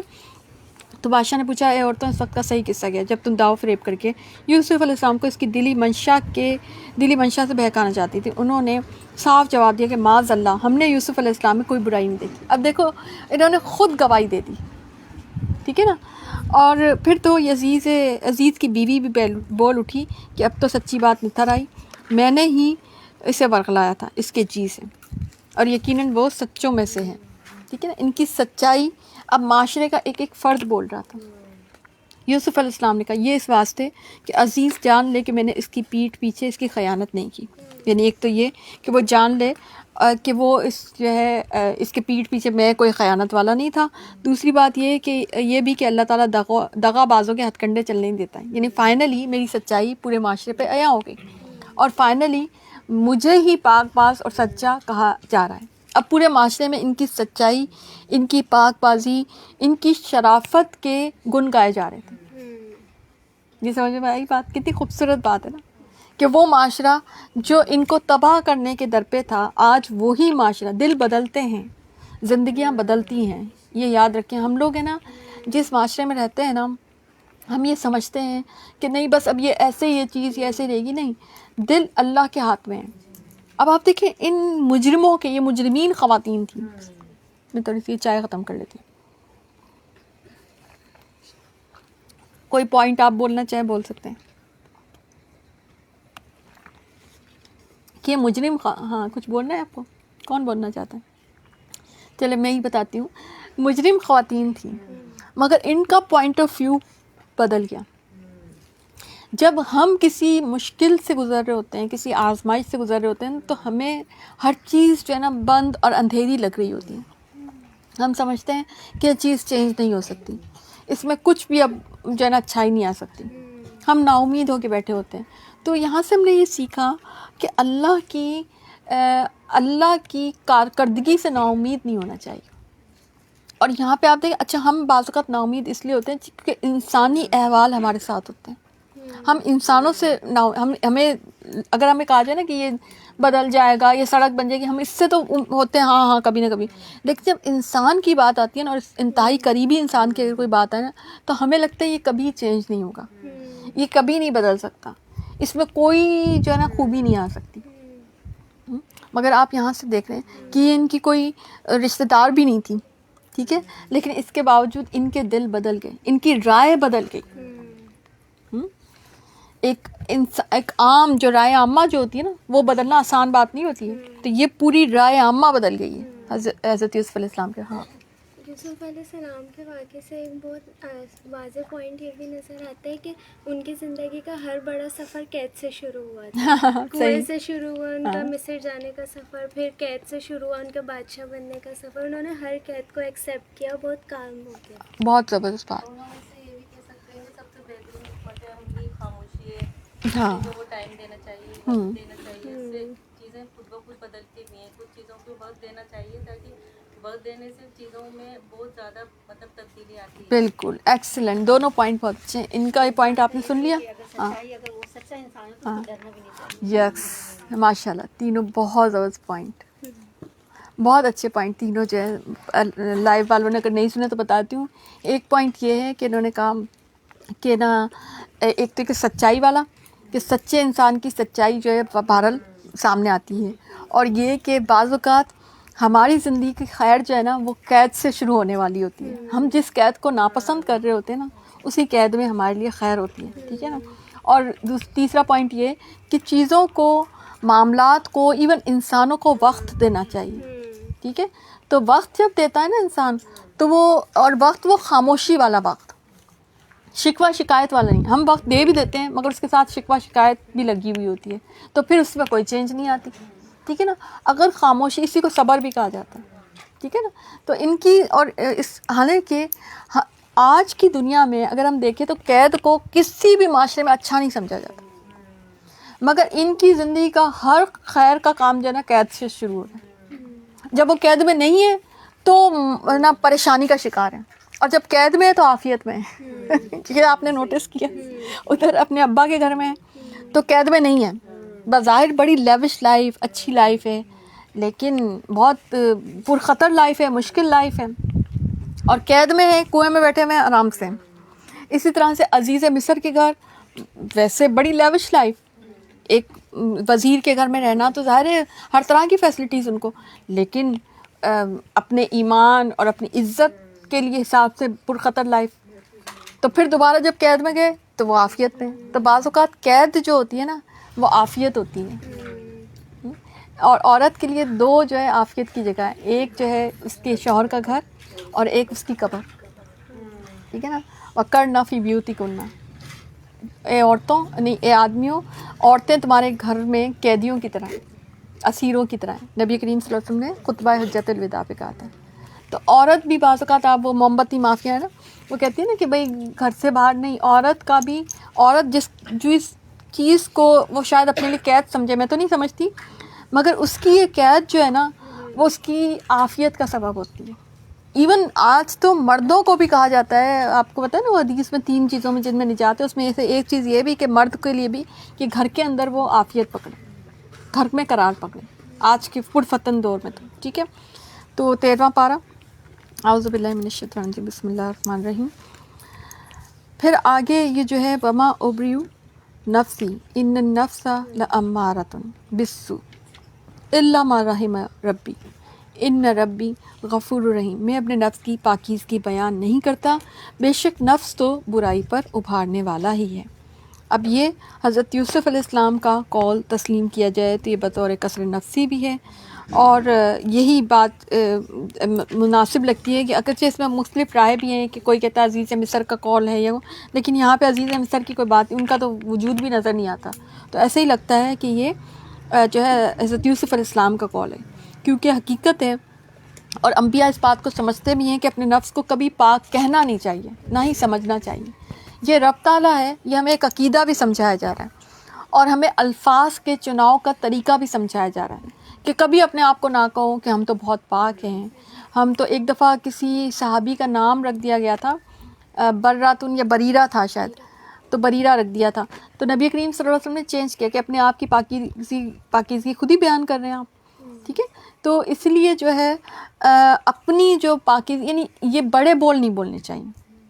ٹھیک ہے، انسانی زندگی میں اگر آپ ہیں بھی نا تو اس کا کریڈٹ اللہ کو دیں، کیونکہ اللہ ہے جو پاک باز رکھتا ہے. اب آپ دیکھیں کہ حالانکہ انہوں نے تو اتنی قید بھی کاٹ لی تھی، اور یہ تو وقت کے نبی بھی تھے حضرت یوسف علیہ السلام، تو بھی یہ کہہ رہے ہیں کہ میں اپنے نفس کی پاکیزگی بیان نہیں کرتا، بے شک نفس تو وہ برائی پر ابھارنے والا ہے، لیکن یہ کہ میرا رب ہی جس پر رحم کر. یعنی اللہ تعالیٰ کا رحم کا ایک انداز یہ بھی ہے کہ اللہ تعالیٰ آپ کو پاکیزہ رکھے. یہ بھی اللہ کی رحم کا انداز ہے کہ اللہ آپ کو با کردار رکھتا ہے. کردار کا اچھا ہونا یا با کردار انسان کا رہنا، یہ آپ کی اس میں کوئی کریڈبلٹی نہیں ہے، آپ کی کوئی خوبی نہیں ہے. ٹھیک ہے، بلکہ یہ اللہ تعالیٰ کا احسان ہے کہ اللہ تعالیٰ نے آپ کو معاشرے کی برائیوں سے بچایا ہوا ہے، ورنہ معاشرے میں تو بہت ٹیمپٹیشن سے. ٹھیک ہے، بادشاہ نے کہا اسے میرے پاس لے کے آؤ، یعنی یوسف علیہ السلام کو میرے پاس لے کے آؤ، میں اسے اپنے خاص کاموں کے لیے مقرر کر لوں. اب ظاہر ہے اس پوری جو ہے دربار میں تو ایسا کوئی ذہین بندہ نہیں تھا جو اتنی زبردست جو ہے تعبیر دیتا. اور بادشاہ جو ہے نا اس قسم کے جو مثلا یہ جو کام ہوتے ہیں نا، مثلا جو شرک والے لوگ ہوتے ہیں وہ تو پتھروں پہ یقین، ہاتھ کی لکیروں، اس ٹائپ کی، اور چلیں وہ تو شرکیہ چیزیں، مگر یہ تو حقیقی علم ہے نا، خواب کی تعبیر کا علم. تو ان کو یہ تھا کہ میں ایسے جو ہے ذہین، جو کہ نہ صرف یہ خواب کی تعبیر بھی دے رہے ہیں بلکہ تدبیر بھی بتا رہے ہیں. تو یہ تو بہت ہی اچھی بات ہے کہ یہ میری دربار کا، اور پھر ان کی پاکیزگی بھی بیان ہو گئی، ان کردار کے بھی بہت اچھے انسان ہیں. تو پھر انہوں نے کہا کہ آپ اسے لے کے آئے، میں خاص کاموں کے لیے مقرر کر لوں. پھر جب ان سے بات چیت کی تو کہنے لگا کہ ہم آج سے ہمارے عزت اور امانت دار ہیں. تو یوسف علیہ السلام نے کہا کہ آپ مجھے ملک کے خزانوں پر مقرر کیجیے. ٹھیک ہے، یعنی اس کا یہ نہیں ہے کہ عام حالات میں تو دیکھیں عہد اور منصب کی چاہ کرنا یا اس کی ڈیمانڈ کرنا یہ ناجائز ہے، لیکن اگر آپ کو دیا جا رہا، اب یہاں پہ منصب دیا جا رہا ہے، بادشاہ ڈیسائیڈ کر چکا ہے کہ وہ دربار کا حصہ بنائیں گے، وہ اپنی وزارت دیں گے. اب وزارت تو ملنی ہی تھی، تو انہوں نے اپنی ایک چوائس پیش کر دی کہ مجھے ملک کے خزانوں پہ مقرر کر دیں، یعنی کہ وزیر خزانہ، کیونکہ ان کے پاس یہ جو ہے نا ایبلٹی تھی. ٹھیک ہے نا. اب آپ دیکھیں فوڈ، کیونکہ اس زمانے میں جو ملک کا خزانہ جو ہوتا تھا وہ اسی قسم کا، کوئی ڈالر والر تھوڑی ہوتے تھے اس زمانے میں. اس زمانے میں تو یہ ہوتا تھا کہ قوم کے غلے کا انتظام کرنا، بھوک سے بچنا. مین جو ٹارگٹ ہوتا تھا وہ یہ کہ کہیں قحط سالی ہو تو ہمارے ساتھ مسئلہ نہ ہو، قوم جو ہے بھوک سے نہ مرے، اور تھوڑی بہت تعمیراتی کام ہوتے رہیں، اور تھوڑا سا لائف سٹائل مینٹین رہے، پانی کی کمی نہیں ہونی چاہیے. تو بیسک جو اس زمانے میں جو بادشاہ کی جو ذمہ داریاں تھیں وہ اس طرح کی ہوتی تھی. اور اگر جنگ کوئی مسلط ہو جائے تو ہم جنگ کر سکیں، بس اس قسم کی چیزیں ہوتی تھیں. باقی جو آج کل کے جو معاملات ہیں نا وہ تو اب ہوئے ہیں. ٹھیک ہے، اس زمانے میں ایسی چیزیں نہیں ہوتی تھیں، تو ان کو یہ آتا تھا ہنر. تو انہوں نے کہا میں با حفاظت اور باخبر ہوں. اسی طرح ہم نے یوسف علیہ السلام کو ملک کا قبضہ دے دیا کہ وہ جہاں کہیں رہے. ہم ہم جسے چاہیں اپنی رحمت پہنچا دیتے ہیں. ہم نیکوکاروں کا ثواب ضائع نہیں کرتے. اب یہاں سے اللہ تعالیٰ کو بڑی خوبصورت آیت ہے 56 وَكَذَلِكَ مَكَّنَّا لِيُوسُفَ فِي الْأَرْضِ. اسی طرح اب آپ دیکھیں کذالک کا بڑا خوبصورت لفظ ہے جو اللہ تعالیٰ یہاں بھی استعمال کرتے ہیں. ہم نے یوسف علیہ السلام کو مکان سے ہیں، جو اردو میں بھی لفظ استعمال کرتے ہیں مکن، تو مکان جگہ کو کہتے ہیں. تو ہم نے جگہ دے دی یوسف علیہ السلام کو زمین میں کہ وہ جہاں سے جائے کھائے پیے، وہ اس کا نصیب ہے. اور ہم نیکوکاروں کا ثواب ضائع نہیں کرتے. یعنی اللہ تعالیٰ کی طرف سے یہ ایک آزمائش بھی تھی. یہ ان کی جیل جو تھی وہ ایک آزمائش بھی تھی، اور اس جیل میں وہ سرخرو گزرے. ٹھیک ہے نا. وَلَأَجْرُ الْآخِرَةِ خَيْرٌ لِلَّذِينَ آمَنُوا وَكَانُوا يَتَّقُونَ. یقیناً ایمانداروں اور پرہیزگاروں کا اخروی اجر تو بہت ہی بہتر ہے. ٹھیک ہے. اب یہاں سے کیونکہ اس کے بعد یہ پتہ چلتا ہے کہ بادشاہ مصر جو تھا وہ اس کی وفات ہو گئی تھی، اور پوری جو بادشاہ تھی وہ حضرت یوسف علیہ السلام کے پاس آ گئی تھی، کیونکہ یہ سب سے قریبی تھے. تو ان کے پاس میں آ گئی تھی، اور یہ فائنل یہ مصر کے بادشاہ بن گئے تھے. یہاں تک ان کی یہ کہانی ہوتی ہے. اب اس کے بعد کیا ہوتا ہے کہ نا یوسف علیہ السلام کے جو بھائی تھے نا وہ آئے ان کے پاس. وَجَاءَ إِخْوَتُهُ يُوسُفَ فَدَخَلُوا عَلَيْهِ. تو اس نے انہیں پہچان لیا، انہوں نے اسے نہ پہچانا. اب ہوا یہ کہ قحط پڑ گیا تھا نا، قحط سالی شروع ہوئی. یہ اس واقعے کا ذکر ہے کہ جب وہ اگر آپ کو یاد ہو کہ وہ خواب میں یہی تھا نا قحط سالی کے سال آئیں گے. تو جب وہ خوشحالی کے سال گزرنے کے بعد قحط سالی کے سال شروع ہو گئے تھے، تو اس میں ملک مصر کے تمام علاقے جو لپیٹ میں آئے. کنعان تک بھی اثرات پہنچے. کنعان میں ان کے بھائی وغیرہ رہتے تھے. تو وہاں سے پھر یہ لوگ اب ایک پتہ چلا کہ ایک کوئی بہت ہی عادل بادشاہ ہے. ان کو وہاں پہ پتہ چلا جو غلہ بھر کے دیتا ہے. اب یہ غلہ دے دیا کرتے تھے. اب آپ دیکھیں کہ کیسے اچھے بادشاہ تھے. انہوں نے تو پوری ارینجمنٹ کر رکھی تھی. تو انہوں نے سوچا کہ ٹھیک ہے ہم بھی جاتے ہیں گھر سے پونجی وغیرہ لے کے غلے کے اصول کے. اب وہ بہت کم قیمت میں ان کو غلہ پرووائڈ کر. تو غلہ ہی نہیں تھا نا دنیا میں، تو غلہ ہی نہیں تھا. تو وہ اس وجہ سے جو ہے ان کے پاس آئے. تو جب پہنچے، اب آپ دیکھیں وہ اس وقت بہت چھوٹے تھے جب کنویں میں ڈالے گئے. اتنے کوئی بڑے نہیں تھے. یعنی ایسے لگتا ہے جیسے ٹین ایجر تھے، مگر بہت کافی اس کے بعد چینجز بھی آ جاتی ہیں نا انسانوں میں. لیکن یہ پہچان گئے فوری طور پہ اپنے بھائیوں کو. ٹھیک ہے. تو جب انہیں ان کا اسباب مہیا کی، اور کچھ بھی بولے نہیں، صبر دیکھیں کس قدر اور خاموشی. جب انہیں ان کے اسباب مہیا کر دیا جو وہ لینے آئے تھے، تو تم میرے پاس کہا کہ تم میرے پاس اپنے اس بھائی کو لانا جو تمہارے باپ سے ہے. کیا تم نے نہیں دیکھا کہ میں پورا ناپ دیتا ہوں، اور میں ہوں بھی بہترین میزبانی کرنے والا. اب یہ جو بنیامین کو نہ بلوایا. ٹھیک ہے نا، کیونکہ اب انجان بن کے ان کے بھائیوں کے بارے میں پوچھا ہوگا، اور اس طرح سے کہا کہ نہیں اب تمہیں نا. تو انہوں نے بتایا کہ 10 ہم ہیں اور وہ جو 11واں ہیں، یعنی 10 سوتیلے تھے. یہاں سے اور بھی کلیئر ہو گیا ہے. اور وہ جو ایک تھا، یعنی 2 جو بھائی تھے نا وہ ایک ماں سے تھے، حضرت یوسف علیہ السلام اور بنیامین. ٹھیک ہے. اور یہ 10 جو تھے وہ سوتیلے تھے. ٹھیک ہے. اس طرح سے یہ 11 بھائی ان کے ہوئے، اور 12ویں یہ خود. صحیح ہے. تو انہوں نے کہا کہ اپنے اس بھائی کو بھی لے کے آنا. انہوں نے کہا اچھا ہم اس کے باپ کو اس کی بابت پہ سلائیں گے اور پوری کوشش کریں گے. اپنی خدمت کاروں سے کہا کہ ان کی پونجی، یعنی جو غلے کے عوض انہوں نے جو پونجی دی تھی وہ ان کی بوریوں میں رکھ دو، کہ جب یہ لوٹ کر اپنے اہل خانہ میں جائیں گے اور پونجیوں کو پہچان لیں گے تو بہت ممکن ہے کہ پھر لوٹ کر آئیں.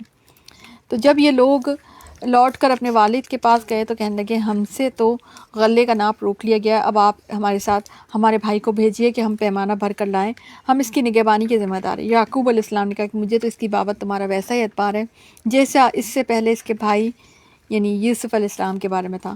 بس اللہ ہی بہترین حافظ اور سب مہربانوں سے بڑا مہربان ہے.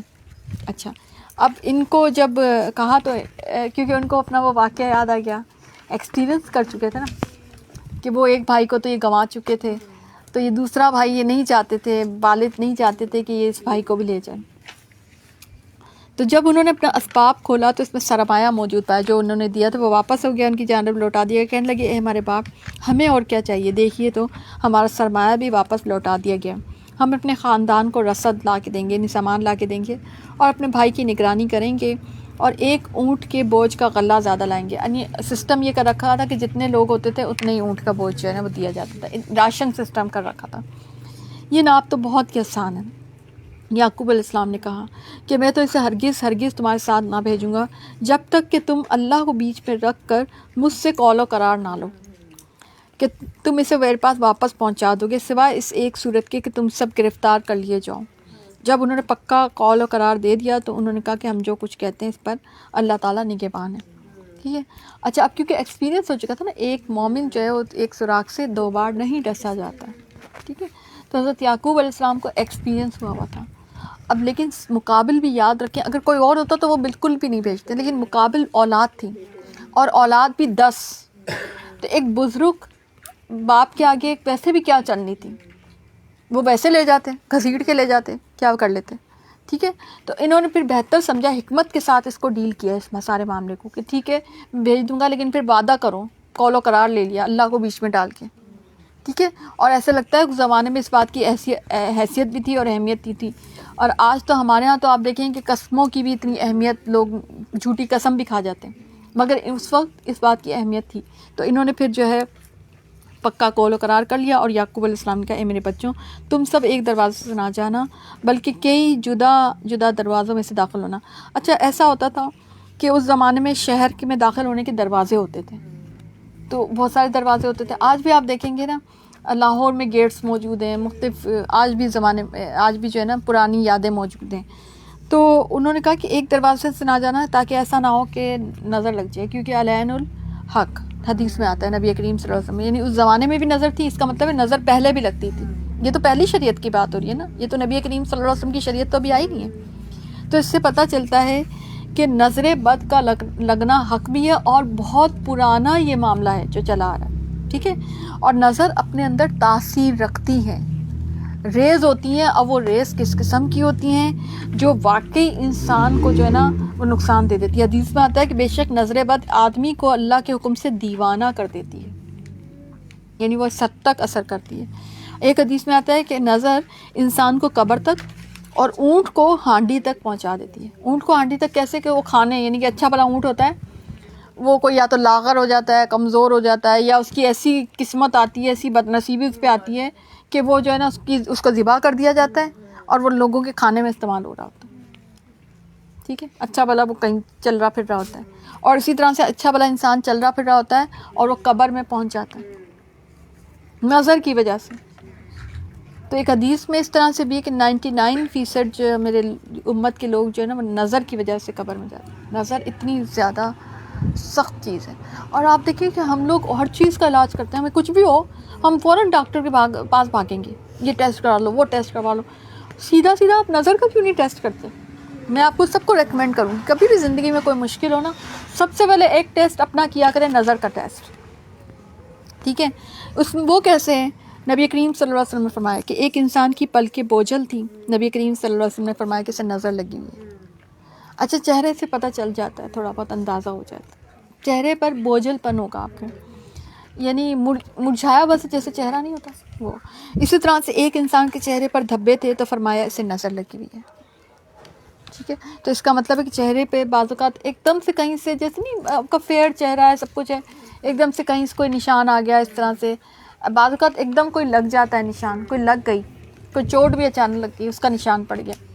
تو یہ جو ہے یہ بھی نظر بد کی علامت ہے. اچھا، اسی طرح سے آپ کی فیملی لائف میں کہ اچانک سے کوئی چیز ایک دم انٹائر ایک 90 ڈگری پہ ایک دم چینج ہو جانا. ٹھیک ہے. ہنستا کھیلتا معاملہ ایک دم سے چینج ہو جانا، ایک دم سے بیماری کا اچانک سے آ جانا، ایک دم سے کوئی ایسی چیز آ جانا جس کا کوئی روٹ کاز نہیں پتہ چل رہا. تو دیز آل تھنگس آر نظم. ٹھیک ہے. اسی طرح سے آپ دیکھیں ماشاء اللہ نہ کہنا یا تعریف حد سے زیادہ کر دینا، یہ بھی نظر بد کو دعوت دیتی. ہاں یہاں ہے نا، ہم تعریفیں کرنے بیٹھ جاتے ہیں، اور جو اصل چیز ہے تعریف کا اصل جملہ کیا ہے؟ تعریف کا ادب ہے ماشاء اللہ. تعریف کا ادب تو کرتے نہیں ہیں، اور تعریف کا الٹا اثر ہو جاتا ہے پھر اس میں، کہ وہ چیز جو ہے وہ پھٹ جاتی ہے، خراب ہو جاتی ہے. آپ دیکھیں زندگی میں ایسی چیزیں ہوتی ہیں، گم جاتی ہے، کچھ ایسا معاملہ ہو جاتا ہے کہ وہ چیز جو ہے اس کے اندر جو بینیفیشل ہونے کے یا بینیفٹ اس کے ہونے کے جو سارے آثار ہیں وہ ختم ہو جاتے ہیں، اور وہ صرف چیز نقصان پہنچانے لگتی ہے. آپ کو سمجھ آ رہی بات آپ کو؟ ٹھیک ہے نا. اسی طرح سے آپ میڈیا کے میں جو اپنی نعمتیں ڈالتے ہیں تصویروں کے تھرو، میڈیا کو میں نے ایک جنرل اس پہ لیا, وہ آپ کے سارے سوشل کے جو آپ کی چیزیں آ گئی, آپ کے واٹس ایپ آ گیا, آپ کا اسٹیٹس آ گیا, آپ کا فیس بک آ گیا, جو بھی چیزیں, تو اس پہ جو اپنی نعمتیں یا اپنی خوشیاں جو آپ ڈالتے ہیں نا, اس سے بھی نظر رکھتی ہے. وہ تو آپ خود دعوت دے رہے ہوتے. اور جو نظر بد کا دم ہے وہ میں نے آپ کو پہلے ہی بتایا تھا کہ فجر سے پہلے, فجر یعنی کہ سورج طلوع ہونے سے پہلے, اور مغرب میں سورج غروب ہونے سے پہلے. یہ اگر آپ کر لیں گے تو انشاءاللہ آپ کا حل ہو جائے گا. اچھا ایک اور چیز اس کا, ویسے تو وہ ہر رہا والی دعا ہے وہ آپ پڑھ لیں, اور پورا آپ کے پاس ہم نے تو پیپر دیا ہوا ہے, وہ پیپر آپ دم کریں. اس میں جو بسم اللہ الرقیقہ والی دعا جو ہے 3 دفعہ ہے تو وہ 3 دفعہ ہی پڑھیں, ٹھیک ہے. اس کے علاوہ سورۃ الفاتحہ پڑھ لیں, آپ 7 دفعہ پڑھ لیں. اچھا اور معوذتین پڑھیں 3 دفعہ, زیادہ شدید ہے تو 7 دفعہ بھی پڑھ سکتے ہیں. یہ ہو گئی. اور اس کے علاوہ ایک اور چیز ہے کہ آپ وضو کا پانی ڈال سکتے ہیں, وضو یا غسل کا, ٹھیک ہے. اب کون ڈالے گا؟ جس کی نظر لگی ہے. اب بھائی کہاں سے پتہ کریں, ٹھیک ہے. تو اگر تو آپ کو پتہ چل جائے تو اٹس اوکے, آپ اسی سے کہیں, اس میں کوئی برا بھی نہ مانے. کئی دفعہ صحابہ کرام کی زندگی میں ایسا ہوا کہ اس کو کہا گیا بھائی تم ایک تھے سہل تھے, وہ صحابی تھے, ان کو نظر ان کے جسم کو ایک دم سے ایک صحابی نے دیکھا تو انہیں ان کو ایک دم لگا کہ وہ بڑا اچھا لگ رہا ہے, جیسے نہیں ہوتا انسان کے شانے ہوتے ہیں مضبوط ہوتے ہیں, تو وہ اسی وقت گر گئے. تو پھر نبی کریم صلی اللہ علیہ وسلم نے ان صحابی کو بلوایا اور کہا کہ اپنے وضو کا, اپنے غسل کا پانی ان کے اوپر ڈالو. جیسے ہی ڈالو وہ اچھے ہو گئے. ہاں یہ بھی ہے. ہاں تو اس کا علاج بتا دیں. تو پھر کیا کریں کہ پیرنٹس اپنے بچوں پہ اپنے غسل کا یا اپنے وضو کا پانی ڈال دیں, ٹھیک ہے. ایون کچھ بھی نہیں مل رہا نا, اچھا بہن بھائی بھی ڈال سکتے ہیں, کوئی قریبی رشتہ ڈال دیں, ٹھیک ہے. کچھ بھی نہیں مل رہا, کوئی بھی نہیں ہے, آپ بالکل ہی ہاسٹل میں اکیلے پڑے ہوئے ہیں, ٹھیک ہے, تو پھر آپ اپنے ہی غسل, اپنے ہی وضو کا پانی اپنے اوپر ڈالیں. یہ صحیح ہے, آواز آ رہی ہے, یہ صحیح ہے. ہاں لیکن یہ آخری اسٹیٹس ہے, ٹھیک ہے. اگر آپ کے پیرنٹس موجود ہیں نا, یا کوئی محرم اور بھی کوئی رشتہ موجود ہے, تو ان سے کہیں, کیونکہ بعض اوقات آپ کے نا قریبیوں کی نظر جو ہے نا زیادہ لگتی ہے, ٹھیک ہے. تو ان سے آپ کہیں گے نا تو وہ زیادہ افیکٹو ہے, پیرنٹس کا زیادہ افیکٹو ہے. تو اگر آپ کے ہیں موجود ان سے کہہ دیں, یا پھر آپ اپنا ڈال لیں, لیکن اس سے فرق پڑتا ہے.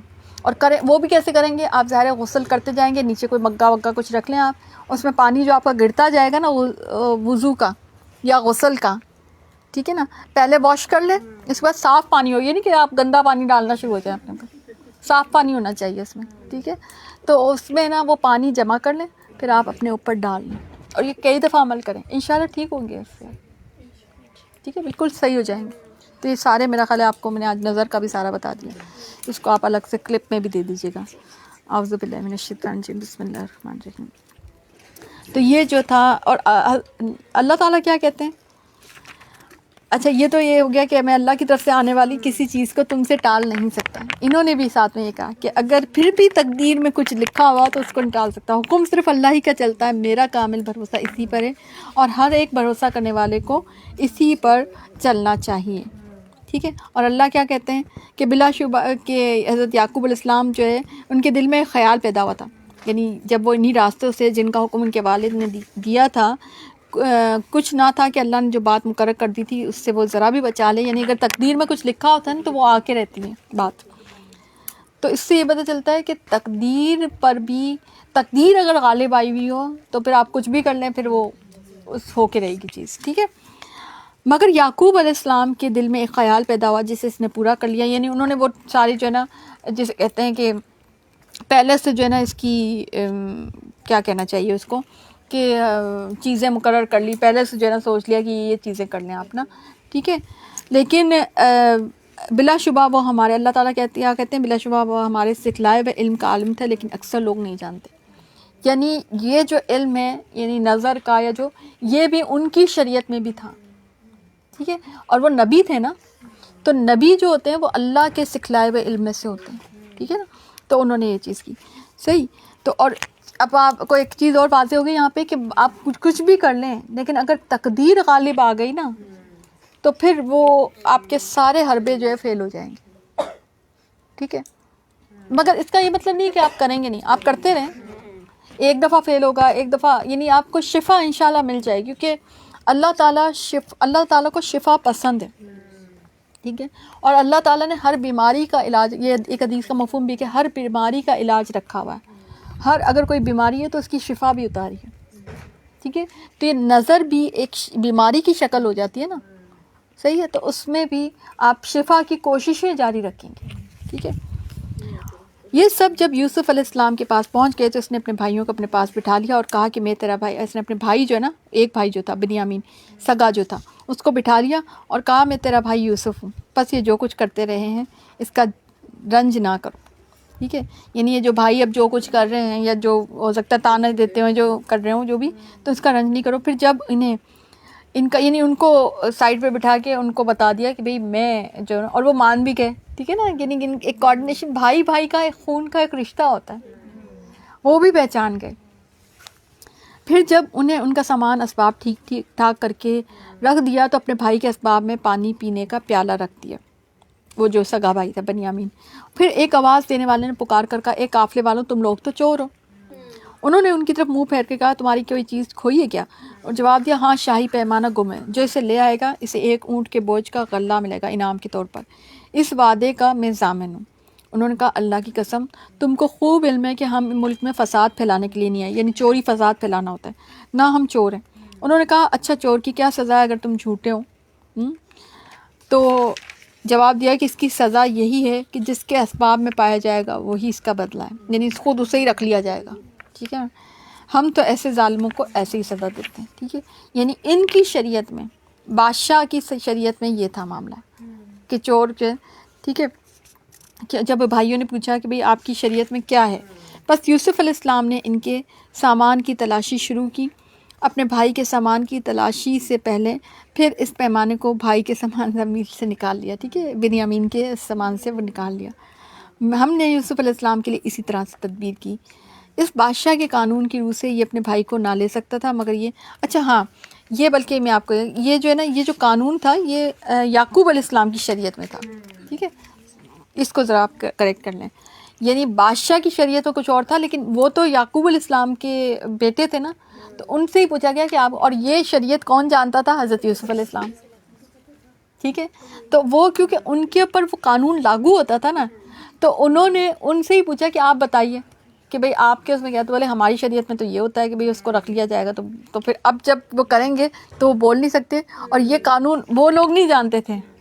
یعنی یہ بھی کتنی کریٹیکل بات ہے کہ حضرت یوسف علیہ السلام کو پہلے سے پتہ تھا یہ سارا معاملہ، اور بہت کم عمری سے ان کو یہ ساری بات پتہ تھی. وہ اتنے بڑے نہیں تھے جب کنویں میں گئے تھے، مگر ان کو شریعت کے معاملات پہلے سے پتہ تھے. یعنی آپ کم عمری میں بھی بچوں کو شریعت کے معاملات سکھا سکتے ہیں، تو ان کو اپنے باپ کی شریعت کا پتہ تھا، ٹھیک ہے. تو یہ یہاں پہ بات ہے کہ اس بادشاہ کی قانون کی روح سے یہ اپنے باپ کو نہیں لے سکتا تھا، مگر یہ کہ اللہ کو منظور ہو. ہم جس کے چاہیں درجے بلند کر دیں. ہر ذی علم پر ایک فوقیت رکھنے والا دوسرا ذی علم جو موجود ہے، ٹھیک ہے، صحیح ہے. تو یہ ایک طریقہ تھا. تو انہوں نے کہا کہ اگر اس نے چوری کی تو کوئی تعجب کی بات نہیں، اس کا بھائی بھی استغفر اللہ پہلے چوری کر چکا. اب آپ دیکھیں کہ کس طرح سے الزام لگاتے تھے. یوسف علیہ السلام نے اس بات کو اپنے دل میں رکھ لیا اور ان کے سامنے بالکل ظاہر نہیں کیا کہ تم بدتر جگہ پر ہو. جو تم بیان کرتے ہو اللہ ہی خوب جانتے ہیں. انہوں نے تو ایسی کوئی چوری نہیں کی تھی، ٹھیک ہے.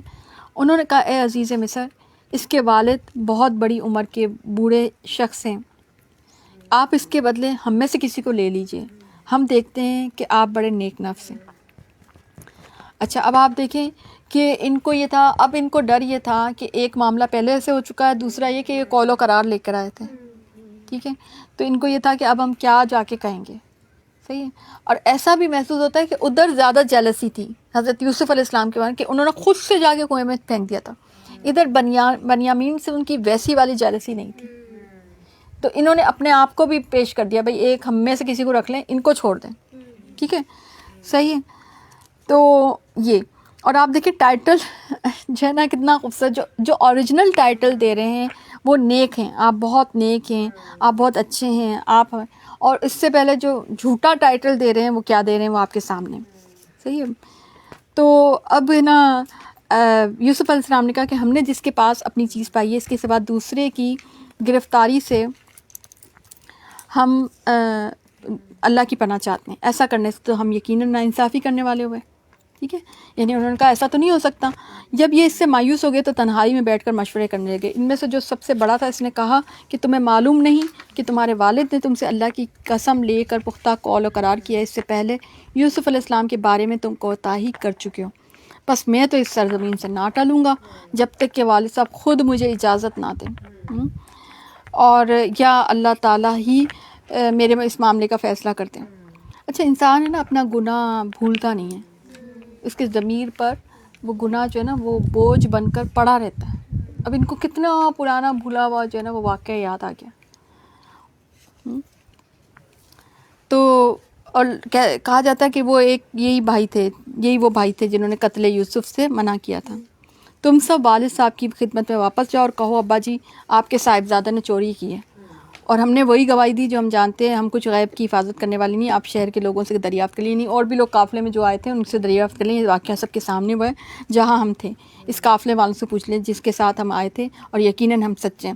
اب جب ایسا معاملہ ہوتا ہے نا تو سچائی کی گواہی, کیونکہ پہلے جھوٹ بول چکے تھے تو اب سچائی کی گواہی دینی بڑی مشکل ہو رہی تھی ان کو, حالانکہ اس وقت یہ سچے بھی تھے. ٹھیک ہے, تو یہ ہے. اور آپ دیکھیں کہ یہ وہ شخص تھا کہ یہ جو ایک بھائی تھا نا, اب ایسا ہوتا ہے بعض اوقات بہت برے گروپ میں ایک اچھا انسان ہو سکتا ہے. تو گروپ کا جو اخلاق اور کردار بھی میٹر کرتا ہے, مگر گروپ کے اندر انڈیویجول اخلاق اور کردار بھی میٹر کرتا ہے. ٹھیک ہے نا, اور اس کی اچھائی, بعض اوقات برے انسانوں میں سے کوئی ایک اچھا انسان ہوتا ہے اور وہ آپ کے لیے خیر کا سبب بن جاتا ہے. ٹھیک ہے, تو بعض اوقات ہماری زندگیوں میں ایسا ہوتا ہے نا کہ جب ہم دیکھتے ہیں کہ کچھ لوگ برے ہیں تو ہم ان کے ساتھ سب کو لپیٹ میں لے لیتے ہیں کہ سبھی برے ہیں, یہ بھی ایسا ہی ہے, یہ بھی ایسا ہی ہے, بس ہے. نہیں, یہ بھی ہے نا مومن سیکھے کہ ایک گروپ کے اندر انڈیویجول کی کریکٹرائزیشن کرنا سیکھے. اس میں دیکھے کہ ان میں سے اور کون کون لوگ ہیں جو کہ خیر ہیں. ان کی سب کی الگ الگ ٹریننگ ہوتی ہے, سب الگ الگ قسم کے لوگ ہوتے ہیں. تو انسان ہے نا کبھی بھی ایک ایسا تبصرہ نہ کیا کرے یا ایسی سوچ نہ رکھا کرے کہ یہ سب برے ہیں. ہم جیسے کیا ہوتا ہے اوورآل جب ہم معاشرے کہتے ہیں وہ معاشرہ بہت برا ہے, کیوں, معاشرے میں اچھے لوگ بھی ہیں. بعض اوقات کسی ایک پرٹیکولر خاندان کو ہم کہتے ہیں اس خاندان والے بڑے برے ہوتے ہیں. پرٹیکولر بعض اوقات لوگ ہمارے خواتین کیا کہتی ہیں سسرال والے بڑے. اب سسرال میں کوئی اچھے لوگ بھی ہوتے ہی ہوں گے. آپ نے کبھی زحمت ہی نہیں کی کہ ان اچھے لوگوں کی اچھائی کو بیان کیا جائے یا ڈھونڈنا جائے یا ان کی اچھائی کو بھی پرکھا جائے یا ان کی اچھائی کو اور ابھارا جائے. ٹھیک ہے نا, تو یہ جو ہے نا یہ انسان دیکھے یہاں سے یہ بھی سیکھنے کو مل رہا ہے کہ بعض اوقات برے لوگوں میں سے بھی کوئی اچھا انسان ہوتا ہے اور وہی آپ کے لیے خیر کا سبب بن جاتا ہے. ٹھیک ہے, یعقوب علیہ السلام نے کہا کہ یہ نہیں بلکہ تم نے اپنی طرف سے بات بنا لی. یعنی جب ان کو بتایا گیا کہ یہ سب کچھ ہو گیا تو انہوں نے کہا کہ نہیں, یہ تو تم نے اپنی بس صبر جمیل, وہی جملہ کہا جو اس وقت کہا کہ بہترین صبر. ٹھیک ہے, میں کرتا ہوں. عسى اللہ, امید ہے مجھے کہ اللہ ان سب کو میرے پاس پہنچا دے گا, وہی علم و حکمت والا. کتنا خوبصورت انداز, کتنا خوبصورت کردار یعقوب علیہ السلام کا کہ امید سے جو ہے نا دامن نہیں چھڑا پا رہے, بلکہ کہہ رہے ہیں کہ اچھا ٹھیک ہے. یعنی ان کو اللہ پر کتنا یقین کہ اب دوسرا بیٹا گیا ہے تو ایسا لگتا ہے کہ وہ دونوں ہی آ جائیں گے. سبحان اللہ, کتنا اللہ کے اوپر توکل اور بھروسہ. پھر ان سے منہ پھیر لیا اور کہا ہائے یوسف. ان کی آنکھیں بوجہ رنج و غم کے سفید ہو چکی تھیں. اب آپ دیکھیں انہوں نے ہائے یوسف ہی کہا کہ یوسف, حالانکہ ابھی دوسرا بیٹا بھی جا چکا ہے.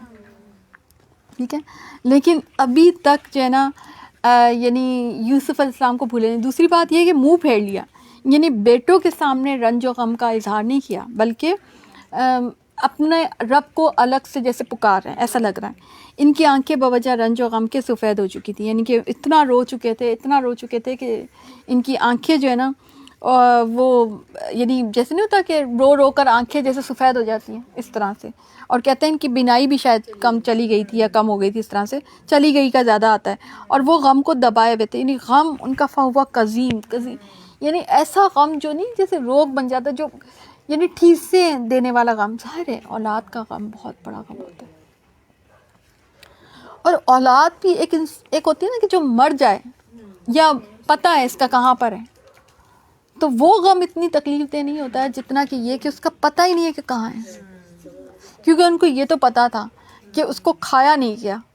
اس بات پر تو ان کو پہلے بھی یقین نہیں آیا تھا کہ وہ بھیڑیا کھا گیا، کیونکہ وہ ان کی دیکھ لی تھی قمیص، لیکن اب ان کو یہ نہیں پتا تھا نا کہ کہاں پر ہے. اور اس زمانے کو ذرا ذہن میں لائیں کہ نہ کوئی سوشل میڈیا، کچھ بھی نہیں، پتہ بھی نہیں کر سکتے تھے کہاں پر ہے کہاں پر نہیں، اور کتنا ٹائم گزر چکا تھا، اور ابھی تک یوسف علیہ السلام کو یاد کر رہے ہیں. بیٹوں نے کہا واللہ آپ ہمیشہ یوسف علیہ السلام کی یاد میں ہی لگے رہتے ہیں یہاں تک کہ گھل جائیں یا ختم ہو جائیں. اب بیٹے کس قدر، یعنی ان کی بھی اگر آپ دیکھیں کہ کس قدر عجیب و غریب طریقے سے اپنے والد کو جو ہے نا الزام دے رہے تھے. تو بہت بڑا امتحان تھا ان کا، بہت بڑا ان کا صبر تھا، لیکن اس سب کے بعد ان کا اجر بھی بہت بڑا ہوگا. ٹھیک ہے نا. انہوں نے کہا میں تو اپنی پریشانی اور رنج کی فریاد، یہ دعا بھی ہے، قالا ان مشک بسی و حسنی اللہ. یہ دعا اگر آپ بھی پڑھیں گے کبھی غم میں تو انشاءاللہ اللہ تعالیٰ آپ کو بھی. آیت نمبر ہے 86، وَعَلَمُوا مِنَ اللَّهِ مَا لَا تَعْلَمُونَ، اور میں اللہ کی طرف سے وہ باتیں جانتا ہوں جو تم نہیں جانتے. ٹھیک ہے نا. تو یہ اللہ سے دعا مانگ رہے ہیں. ہمیں بھی اللہ سے ہر وقت دعا مانگنی چاہیے، ہوپ فل رہنا چاہیے، حالات چاہے کیسے بھی ہوں اللہ سے ہی مدد مانگنی چاہیے. ہمارے ساتھ یہ معاملہ ہے نا، ہم اللہ کے سوا ہم اور چیزوں سے زیادہ آسرا لگائے ہوئے ہوتے ہیں. میرے پیارے بچوں تم جاؤ اور یوسف علیہ السلام کی اور اس کے بھائی کی پوری طرح تلاش کرو. سبحان اللہ. دعاؤں کے ساتھ دوا بھی کر رہے ہیں، ڈھونڈو، دونوں بھائیوں کو ڈھونڈو. اب ایک گئے نا، اب دیکھیں یہ بھی بعض اوقات واقعی یہ ایسا ہوتا ہے کہ بعض اوقات ایسا ہوتا ہے کہ ایک چیز جاتی ہے تو اس کے بعد جب دوسری چیز بھی جاتی ہے نا تو اس میں آسرا ہوتا ہے کہ اب دونوں چیزیں اکٹھی ملیں گی. یہ آپ کو میں بتاؤں کہ ایسا ہوتا ہے بعض اوقات آپ کو لگتا ہے کہ یہ چیز ہمارا مسئلہ حل نہیں ہو رہا ہے، تو آپ کا یہ جو صبر ہوتا ہے نا، وہ صبر آپ کے زیادہ بہترین چیز آپ کے سامنے لے کے آنے والا ہوتا ہے. تو اس لیے صبر کرنا چاہیے. ٹھیک ہے. بعض اوقات اگر ایک چیز حاصل کرے تو سمجھ لے کہ کوئی زیادہ اس سے زیادہ بہتر چیز آپ کو ملنے والی ہے. ٹھیک ہے نا. اب ان کو یوسف علیہ السلام ملنے والے تھے تو کہا کہ ان کو تلاش کرو، اللہ کی رحمت سے نا امید نہ ہو. یقیناً رب کی رحمت سے تو نا امید وہی ہوتے ہیں جو کافر ہوتے ہیں. پھر جب یہ لوگ یوسف علیہ السلام کے پاس پہنچے تو کہنے لگے اے عزیز، ہم کو اور ہمارے خاندان کو دکھ پہنچائے، ہم حقیر پونجی لائیں، بس آپ ہمیں اپنے پورے غلے کا ناپ دیجیے، ہم پر خیرات کیجیے، اللہ تعالیٰ خیرات کرنے والے کو بتا دیتا ہے. یوسف علیہ السلام نے کہا، اب یہ دوبارہ گئے کیونکہ حکم تھا نا ڈھونڈنا ہے، تو اب دوبارہ گئے. یوسف علیہ السلام نے اب جو ہے اپنا سارا معاملہ کیا. قالا حل علمتم ما فعلتم بیوسف واخیہ اذا انتم جاہلون، کہ تم نے یوسف علیہ السلام اور ان کے بھائی کے ساتھ اپنی جہالت کی حالت میں، اپنی نادانی میں کیا کیا، کیا تم اس کو جانتے ہو؟ اب یہ حیران، یعنی سرپرائز کا یہ انداز تو ادھر سے بالکل ہی، یعنی کیا زبردست معاملہ تھا نا. اور آپ دیکھیں دنیا کا کامیاب ترین انسان، بادشاہ، نبی، یہ مصر کا بادشاہ. اب مصر بہت بڑا علاقہ ہوتا تھا اس وقت، مصر کا بادشاہ، بہت بڑی تہذیب، بہت بڑا سپر پاور، جیسے آج ہم کہتے ہیں امریکہ کا نا، اس زمانے میں مصر کا بادشاہ ہونے کا مطلب ہے کہ جیسے آپ امریکہ کے سپر پاور کے کوئی بادشاہ. اب وہ بادشاہ وقت ان لڑکوں کو، یہ بھائی ہیں، ان کو کہہ رہے ہیں کہ تمہیں یاد ہے کہ یوسف علیہ السلام کے ساتھ تم نے کیا کیا تھا؟ اب یہ حیران رہے گی، یوسف علیہ السلام کے ساتھ جو کچھ بھی کیا تھا کسی اور کو کیسے پتا، ان کو کیسے پتا چلا؟ انہوں نے کہا کہ قالوا انک لانت یوسف، کیا آپ یوسف علیہ السلام ہیں؟ قال انا یوسف وھذا اخی، اور یہ میرے بھائی ہیں. قد من اللہ علینا، اللہ تعالیٰ نے ہم پر انعام کیا، اللہ تعالیٰ نے ہم پر مننا ہوتا ہے احسان کیا. انہ من یتقی، اور بے شک جو تقوی اختیار کرتا ہے، ویصبر، اور جو صبر کرتا ہے، فإن اللہ، تو بے شک اللہ تعالیٰ، لا یضیع اجر المحسنین، اللہ تعالیٰ اجر محسنین کا کبھی بھی ضائع نہیں کرتا.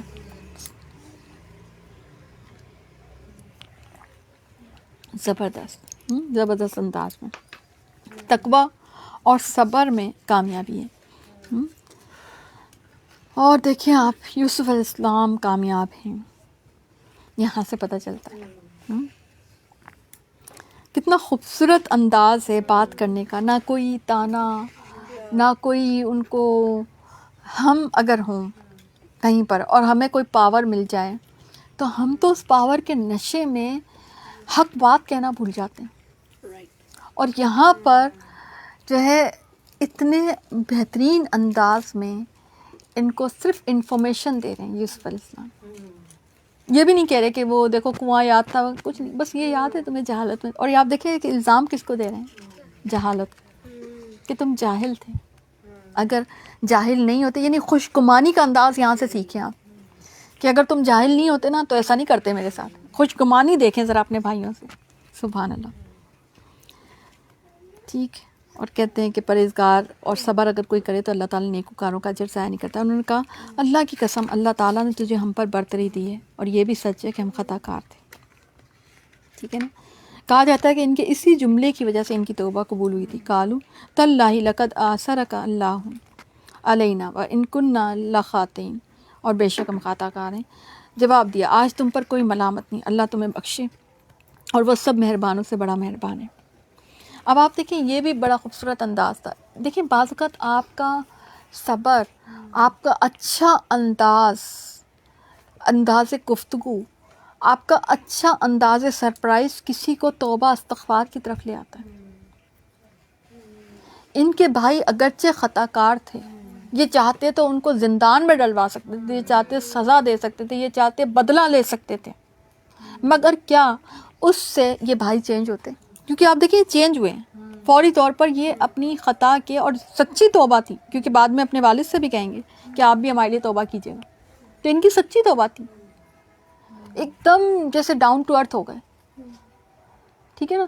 تو ان کی سچی توبہ میں آپ دیکھیں یوسف علیہ السلام کے کردار کا, اور ان کے اخلاق کا, اور ان کی باتوں کا, اور ان کے انداز گفتگو کا کتنا زیادہ جو ہے نا اثر ہے, اور کتنا زیادہ رول ہے, یہ آپ دیکھ رہے ہیں. بعض اوقات ہماری زندگی میں کچھ اچھا ہوتا ہے نا, تو ہم بھی یہ دیکھیں کہ محسنین بننے کی کوشش کریں, بجائے اس کے کہ دوسرے کو تانا دیں, دوسرے کو بس ٹھیک ہے نا اللہ نے ہمارے ساتھ اچھا کر دیا. ہم کیا کرتے ہیں, ہم پرانے غم نہیں بھولتے. ہاں اس نے فلانے دن, مجھے یاد ہے 6 سال پہلے اس نے میرے ساتھ ایسے کیا تھا. ہم وہ 6 سال پہلے کا غم نہیں بھولتے. نہیں, مومن تو 6 منٹ پہلے کی بھی کوئی اگر اس کے ساتھ کوئی کسی نے ظلم کیا ہوتا ہے وہ بھول جاتا ہے. یہ تو کوئی بات نہیں, اللہ نے اگر میرا حال پھیر دیا, صحیح کر دیا, میں کیوں اب اس سے گلا کروں. ہم ماضی کے لوگوں کے, اچھا ہونا یہ چاہیے کہ ماضی کی اپنی خطاؤں کو یاد رکھیں. ہم کیا کرتے ہیں, ماضی کی دوسروں کی خطاؤں اور دوسروں کے قصوروں کو یاد رکھتے رہتے ہیں, جس سے ہمارے حال پر یا ہمارے فیوچر پہ کوئی اثر نہیں ہوتا, برا ہی اثر ہوتا ہے جو ہوتا بھی ہے. اس سے تو ہماری استغفار نہیں ہوگی نا, اس سے استغفار ہوگی نا کہ اپنے قصور اور اپنی خطا یاد کریں. ہم نے بھی کچھ تو غلط کیا ہی ہوگا نا کسی کے ساتھ. ٹھیک ہے. اس کی وجہ سے کیا ہوتا ہے کہ نہ وہ چینج ہوتا ہے اور نہ ہم چینج ہوتے ہیں. آپ دیکھیں لوگوں کی زندگیوں میں, ایون کپلز میں عرصہ گزر جاتا ہے, وقت گزر جاتا ہے, اور وہ جو تم نے اس دن میرے ساتھ کیا تھا نا, وہ ابھی تک میں بھول ہی رہی ہوں, مجھے ابھی تک یاد ہے. تم نے جو شادی کے دوسرے دن جو میرا دل دکھایا تھا نا, مجھے ابھی تک بھولا نہیں. تم نے اس دن, اچھا والا کپل چل رہا ہے بہترین مری کی برف باری میں, اور وہ یاد کرے کون سے دن جو آپ نے میرے ساتھ ایسا ظلم کیا تھا نا, تو پھر ہمیں یاد ہے. وہ بس پھر وہیں سے, وہ اس سے کیا خیر ہوگی. اب وہیں سے معاملہ, لڑائی اکثر بیشتر کپلز میں لڑائی ان چیزوں کے اوپر ہو رہی ہوتی. اس سے کیا ہوگا, اس سے کیا فائدہ ہوگا. بلکہ آپ سب کچھ یہ یاد رکھیں کہ سب کچھ آپ کی تقدیر میں ایسے ہی ہونا تھا. حضرت یوسف علیہ السلام تقدیر کو ایکسیپٹ کر چکے تھے, ان کو پتا تھا ایسے ہی ہونا تھا, یہ چیزیں ایسے ہی ہونی تھی. ٹھیک ہے. تو بھائی کو تو الزام ہی دے رہے. تو انسانوں کو الزام دینا, یہاں سے ہم نے ایک اور چیز سیکھی کہ انسانوں کو الزام دینا چھوڑ دیں. اگر دینا ہی ہے تو پیچھے شیطان کو الزام دیا گیا, ادھر جہالت کو الزام دیا گیا. ٹھیک ہے. اگر دینا ہی ہے تو شیطان کو الزام دیں, اچھی بات ہے, شیطان پہ اور جو ہے نا لانتے بھیجیں. جہالت کو الزام دیں, جاہل تھے تم, اس کو علم کی طرف ہی لے آئیں. شاید آپ کا اس کی جہالت کو الزام دیں, وہ اس کے دل میں آپ سوچیں نا کہ اس کے دل میں ضمیر کیسا اس کو مار رہا ہوگا. ویسے ہی آلریڈی وہ بیچارہ بڑی پریشانی میں, اوپر سے آپ اس کو تانا زنی شروع کر دیں گے. پھر اس سے کیا ہوگا کہ وہ زیادہ غلبہ ہو جائے گا, تو وہ کہے گا بس میں تو ہوں ہی برا, تو میں تو اب برا ہی کروں گا.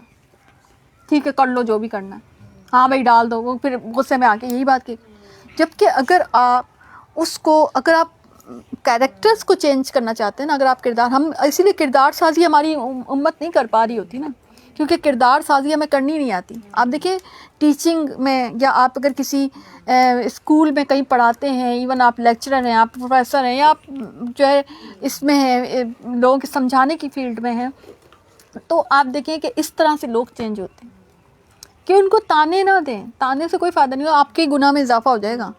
ہمزاتن لمزاتن والا اگر وہ آپ آیت یاد کر لیں، آپ کے گناہوں میں آپ کی تانا زنی، آپ کو تو اللہ کو تو پسند ہی نہیں ہے تانا زنی، تو پھر آپ اللہ کی ناپسند ٹھہرے نا.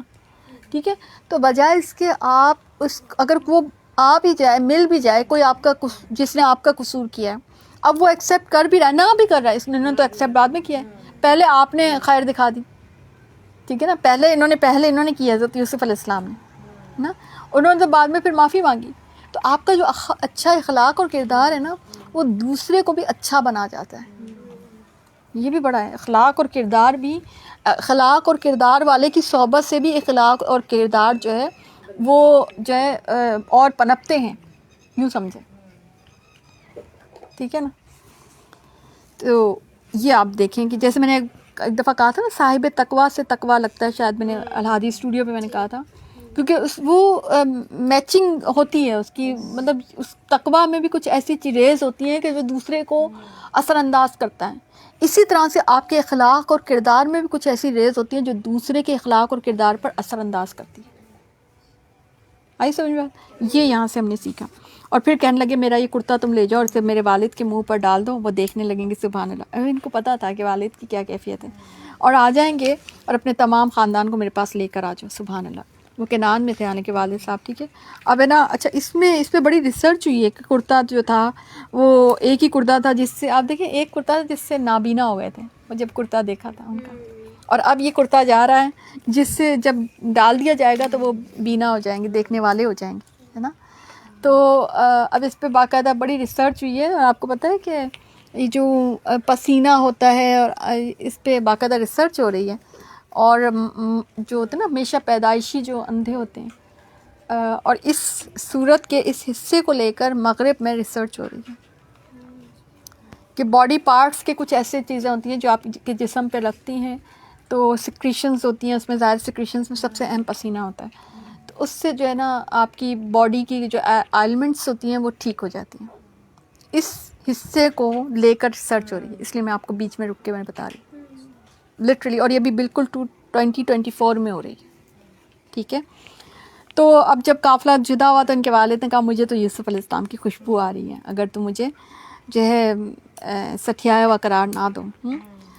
تو جیسے اعمال، جیسے معاملات ہوتے ہیں نا، ویسی خوشبو آتی ہے کیونکہ وہ خود بھی نبی تھے. ٹھیک ہے نا. اگر آپ جو ہے جنت والے اعمال کریں تو آپ کو جنت کی خوشبو آنی شروع ہو جائے گی. ٹھیک ہے. اور آپ کی جیسی ایسوسیشن ہوگی نا ویسی آپ کو خوشبو آئیں گی، ویسے انسان کو. وہ کہنے لگے واللہ آپ اپنے اسی پرانی خبر میں ہیں، مبتلا ہیں. وہ جو اولاد تو ماننے کو تیار ہی نہیں تھی نا. جب خوشخبری دینے والے نے پہنچ کر ان کے منہ پر وہ کرتا ڈالا، اسی وقت وہ پھر سے بینا ہو گئے. سبحان اللہ. کہا کیا میں تم سے نہ کہا کرتا تھا کہ میں اللہ کی طرف سے وہ باتیں جانتا ہوں جو تم نہیں جانتے. تو انہوں نے کہا ابا جی آپ ہمارے لیے گناہوں کی بخشش طلب کیجئے، بے شک ہم قصوروار ہیں. قالوا یا ابانا استغفر لنا ذنوبنا اننا کنا خاطئین. وہاں یوسف علیہ السلام کے سامنے گناہ کا اقرار، ادھر والد کے سامنے علل اعلان گناہ کا. یہ جو ہے نا انسان کے لیے بڑا جو ہے نا فیوریبل ہوتا ہے. جب انسان سے اگر کوئی غلطی ہو جائے تو اگر انسانوں کی مد میں ہوئی ہے تو ان سے گناہ کا اقرار کر لیں، ان سے معافی مانگ لیں، کیونکہ وہ بڑا ضروری ہے جب اس سے پہلے کہ جب آپ اللہ کے حضور حاضر ہوں گے استغفار کے لیے. ٹھیک ہے.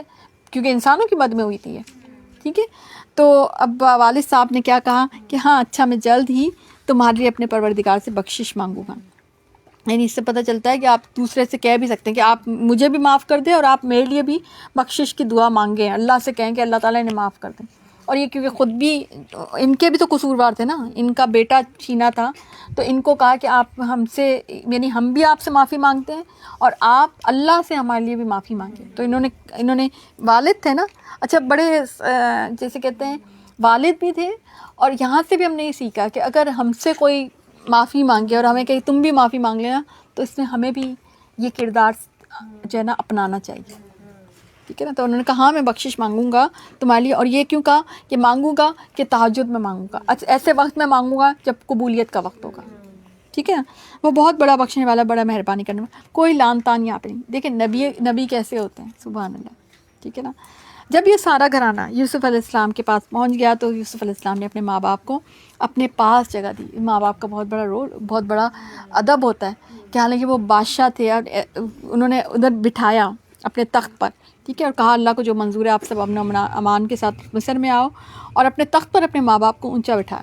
ٹھیک ہے, حالانکہ تخت ان کا تھا, مگر جب ماں باپ آ جائیں تو ماں باپ کو بٹھانا چاہیے. اور سب کے سامنے, سب اس کے سامنے سجدے میں گر گئے.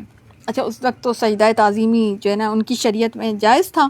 تب کہا کہ ابا جی یہ میرے پہلے کے خواب کی تعبیر ہے, میرے رب نے اسے سچا کر دکھا. 40 سال کے بعد یہ تعبیر ملی, اور سارا کریڈٹ کس کو دیا؟ اللہ کو دیا کہ اللہ نے میرے ساتھ بڑا احسان کیا جب کہ مجھے جیل خانے سے نکالا, آپ لوگوں کو صحرا سے لے آیا اس اختلاف کے بعد جو شیطان نے مجھ میں اور میرے بھائیوں میں ڈال دیا. اب آپ دیکھیں دوبارہ الزام شیطان کو. میرا رب جو چاہے اس کے لیے بہترین تدبیر کرنے والا, اور وہ بہت علم و حکمت والا ہے. اور میرے پروردگار. اب آپ دیکھیں یہاں پہ کتنا خوبصورت انداز. اچھا ایک اور چیز آپ نے نوٹس کی کہ یہ نہیں کہہ رہے, یعنی اللہ کے احسانات کا ذکر کر رہے ہیں, مگر جو مشکل آیا نا, مطلب اگر جیل خانے سے نکالا تو جیل خانے میں جانا بھی تو پڑا تھا نا, تو ان 6-9 یا جتنے بھی سال تھے ان کو یاد نہیں کر رہے, بلکہ کہہ رہے اللہ کا احسان ہے, اللہ نے مجھے نکال دیا جیل خانے سے, ٹھیک ہے, اور آپ لوگوں کو صحرا سے لے آیا, یہ احسان ہے اللہ کا.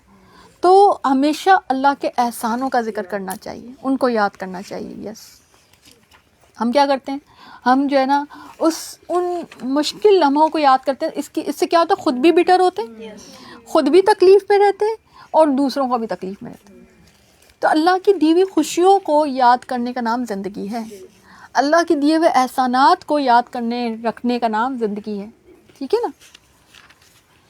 اے میرے پروردگار, تو نے مجھے ملک عطا کیا, یعنی کہ ملکیت عطا کی, یوں سمجھے. الملک سے مراد ملکیت ہے, ملک بھی ہے. وَعَلَّمْتَنِی مِن تَأْوِیلِ الْأَحَادِیث, اور مجھے سکھائی تو نے خواب کی تعبیر. اے آسمان و زمین کے پیدا کرنے والے, تو ہی دنیا و آخرت میں میرا ولی, دوست اور کارساز ہے. مجھے اسلام کی حالت میں فوت کر اور نیکوں میں سے ملا. ٹھیک ہے. تو انسان کا اعلیٰ اخلاق یہی ہوتا ہے کہ سب کچھ مل جائے تو پھر فخر اور غرور نہیں, بلکہ دعا. اب انہوں نے دعا مانگی, ٹھیک ہے نا, کہ اللہ تعالیٰ. اب آپ دیکھیں کہ دعا بھی بڑی خوبصورت ہے کہ پہلے اللہ کے احسان کا ذکر کیا, اللہ کی تسبیح کی, اور پھر یہ کہ اللہ تعالیٰ تو ہی دنیا اور آخرت میں میرا ولی اور دوست ہے, اور مجھے اسلام کی حالت میں فوت کر اور نیکوکاروں میں ملا. یعنی کہ نیک صحبت کی, نیک لوگوں کی دعا جو ہے نا وہ مانگی. تو نیک لوگ کہاں پہ ہوں گے؟ جنت میں ہوں گے. ٹھیک ہے, صحیح ہے نا. اور اب اللہ تعالیٰ کیا کہہ رہے ہیں, ذالک من انباء الغیب نوحیہ الیک, یہ غیب کی خبروں میں سے جس کی ہم آپ صلی اللہ علیہ وآلہ وسلم کی طرف وحی کر رہے ہیں. آپ ان کے پاس نہ تھے کہ جب کہ انہوں نے اپنی بات ٹھان لی تھی اور وہ فریب کرنے لگے تھے. وہ آپ لاکھ چاہیں لیکن اکثر لوگ ایماندار نہ ہوں گے. ٹھیک ہے نا. یعنی مشرکین مکہ نے آپ کا امتحان لیا تھا نا کہ آپ سنائیں یوسف علیہ السلام کا قصہ. ٹھیک ہے نا. تو اس پر یہ یوسف علیہ السلام کا قصہ جو ہے نا ان کو پورا سنا دیا گیا تھا. ٹھیک ہے. تو یہ کہا جا رہا ہے کہ یوسف علیہ السلام کا قصہ ویسے ان کو پتہ نہیں تھا. اور یہ نبی کریم صلی اللہ علیہ وسلم کہتے تھے کہ کئی دفعہ ایسا ہوتا تھا کہ مجھ سے ایسے سوال کیے جاتے تھے کہ جن کا جواب مجھے نہیں آتا تھا, مگر اسی وقت اللہ کی مدد آتی تھی. یہاں تک کہ جب معراج کا معاملہ آیا تھا تو اس کا آپ کو شان نزول بھی پتہ چل گیا کہ اس کا اصل وجہ یہ بنی تھی کہ ایک ہی جسم میں پھر بتا دیا گیا. آپ دیکھیں اور واقعات الگ الگ جگہ پہ, مگر کیونکہ انہوں نے امتحان لیا تھا, انہوں نے ڈیمانڈ کی تھی آپ سے. اب نبی کریم صلی اللہ علیہ وسلم کو تو پورا قصہ نہیں پتا تھا, اتنی باریک بینیوں کے ساتھ تھوڑی پتا تھا. ٹھیک ہے نا. مگر اللہ تعالیٰ نے کس طرح سے مدد کی. اسی طرح سے انہوں نے ایک اور امتحان لیا تھا جب معراج کے موقع پہ واپس آئے تھے تو نبی کریم صلی اللہ علیہ وسلم سے کہا کہ اچھا آپ مسجد اقصیٰ دیکھ کر آئیں تو بتائیں کتنی کھڑکیاں ہیں, کون سا دروازہ کہاں پہ, یہ چیز. تو نبی کریم صلی اللہ علیہ وسلم ایک دم جو ہے نا وہ کہنے کہ مجھے سمجھ نہیں آیا کہ میں ان کو کیسے. تو وہ ممبر پہ چڑھا اور ممبر پر وہ چیزیں میرے سامنے پورا جیسے میں ان کو بتاتا جا رہا تھا, وہ کھڑکیاں, وہ پورا مسجد اقصیٰ میرے سامنے لا کے کھڑا کر دیا گیا تھا. اور میں ان کو بتاتا جا رہا تھا وہ کہ یہ جگہ ادھر ہے, یہ ان کا امتحان میں. اس طرح اللہ تعالیٰ اس طرح سے مدد کرتا ہے. ٹھیک ہے.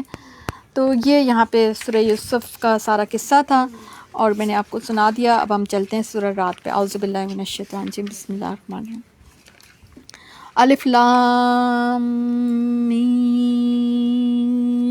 را تلک آیات الکتاب, یہ قرآن کی آیتیں ہیں اور جو کچھ آپ کی طرف آپ کے رب کی جانب سے اتارا جاتا ہے سب حق ہے، لیکن اکثر لوگ ایمان نہیں لاتے. یعنی اکثریت جو ہے، اکثر الناس، اکثریت جو ہے نا وہ ایمان کی طرف نہیں آتی. تو جب نبی کے دور میں نہیں آتی تو اگر آج بھی اگر نہیں آتی تو یہ تو نبی کی سنت ہے. ٹھیک ہے. اور آج بھی آپ دیکھیں کہ زیادہ لوگ جو ہے وہ اور چیزوں کی طرف، شر والی چیزوں کی طرف ہوتے ہیں، حالانکہ خیر اس میں، سکون اس میں ہے نا، لیکن لوگ نہیں آتے اس طرف. اب دیکھیں کتنے یعنی قرآن کا جو آپ، حالانکہ حضرت نور کل میں جب پڑھا رہی تھی، مطلب میں خود اتنا انجوائے کر رہی ہوتی تو اس میں اتنا مزہ آتا ہے نا قرآن کی. ایون میں حالانکہ ترجمے پہ زیادہ فوکس ہونا پڑتا ہے کیونکہ اتنا ٹائم نہیں ہوتا. میرا دل چاہتا ہے میں عربی ساتھ ساتھ پڑھاؤں کیونکہ میں عربی کو انجوائے کر رہی ہوتی ہوں، لیکن ہے نا صرف ترجمہ بھی اگر میں پڑھاؤں تو اس میں بھی اتنا کچھ کوئی ڈیپتھ ہے نا کہ اتنا انجوائے کرتے ہیں، لیکن اکثر لوگ نہیں آتے اس طرف. خیر اس میں ہے، ایمان اس میں ہے، سکون اس میں ہے، لیکن لوگ اس سکون کو چھوڑ کر دوسری طرف جاتے ہیں، طاغوت کی طرف جاتے ہیں، شیطان کی طرف جاتے ہیں، اور پھر کہتے ہیں کہ ہمیں سکون نہیں مل رہا. اللہ وہ ہے جس نے آسمانوں کو بغیر ستونوں کے بلند کر رکھا کہ تم اسے دیکھ رہے ہو، پھر وہ عرش پر قرار پکڑے ہوئے ہے. اسی نے آسمان اور چاند کو ماتحتی میں لگا رکھا، ہر ایک معین میعاد پر گشت کر رہا ہے. وہی کام کی تدبیر کرتا ہے، وہ اپنے نشانات کھول کھول کر بیان کر رہا ہے. تم اپنے رب کی ملاقات کا یقین کرو.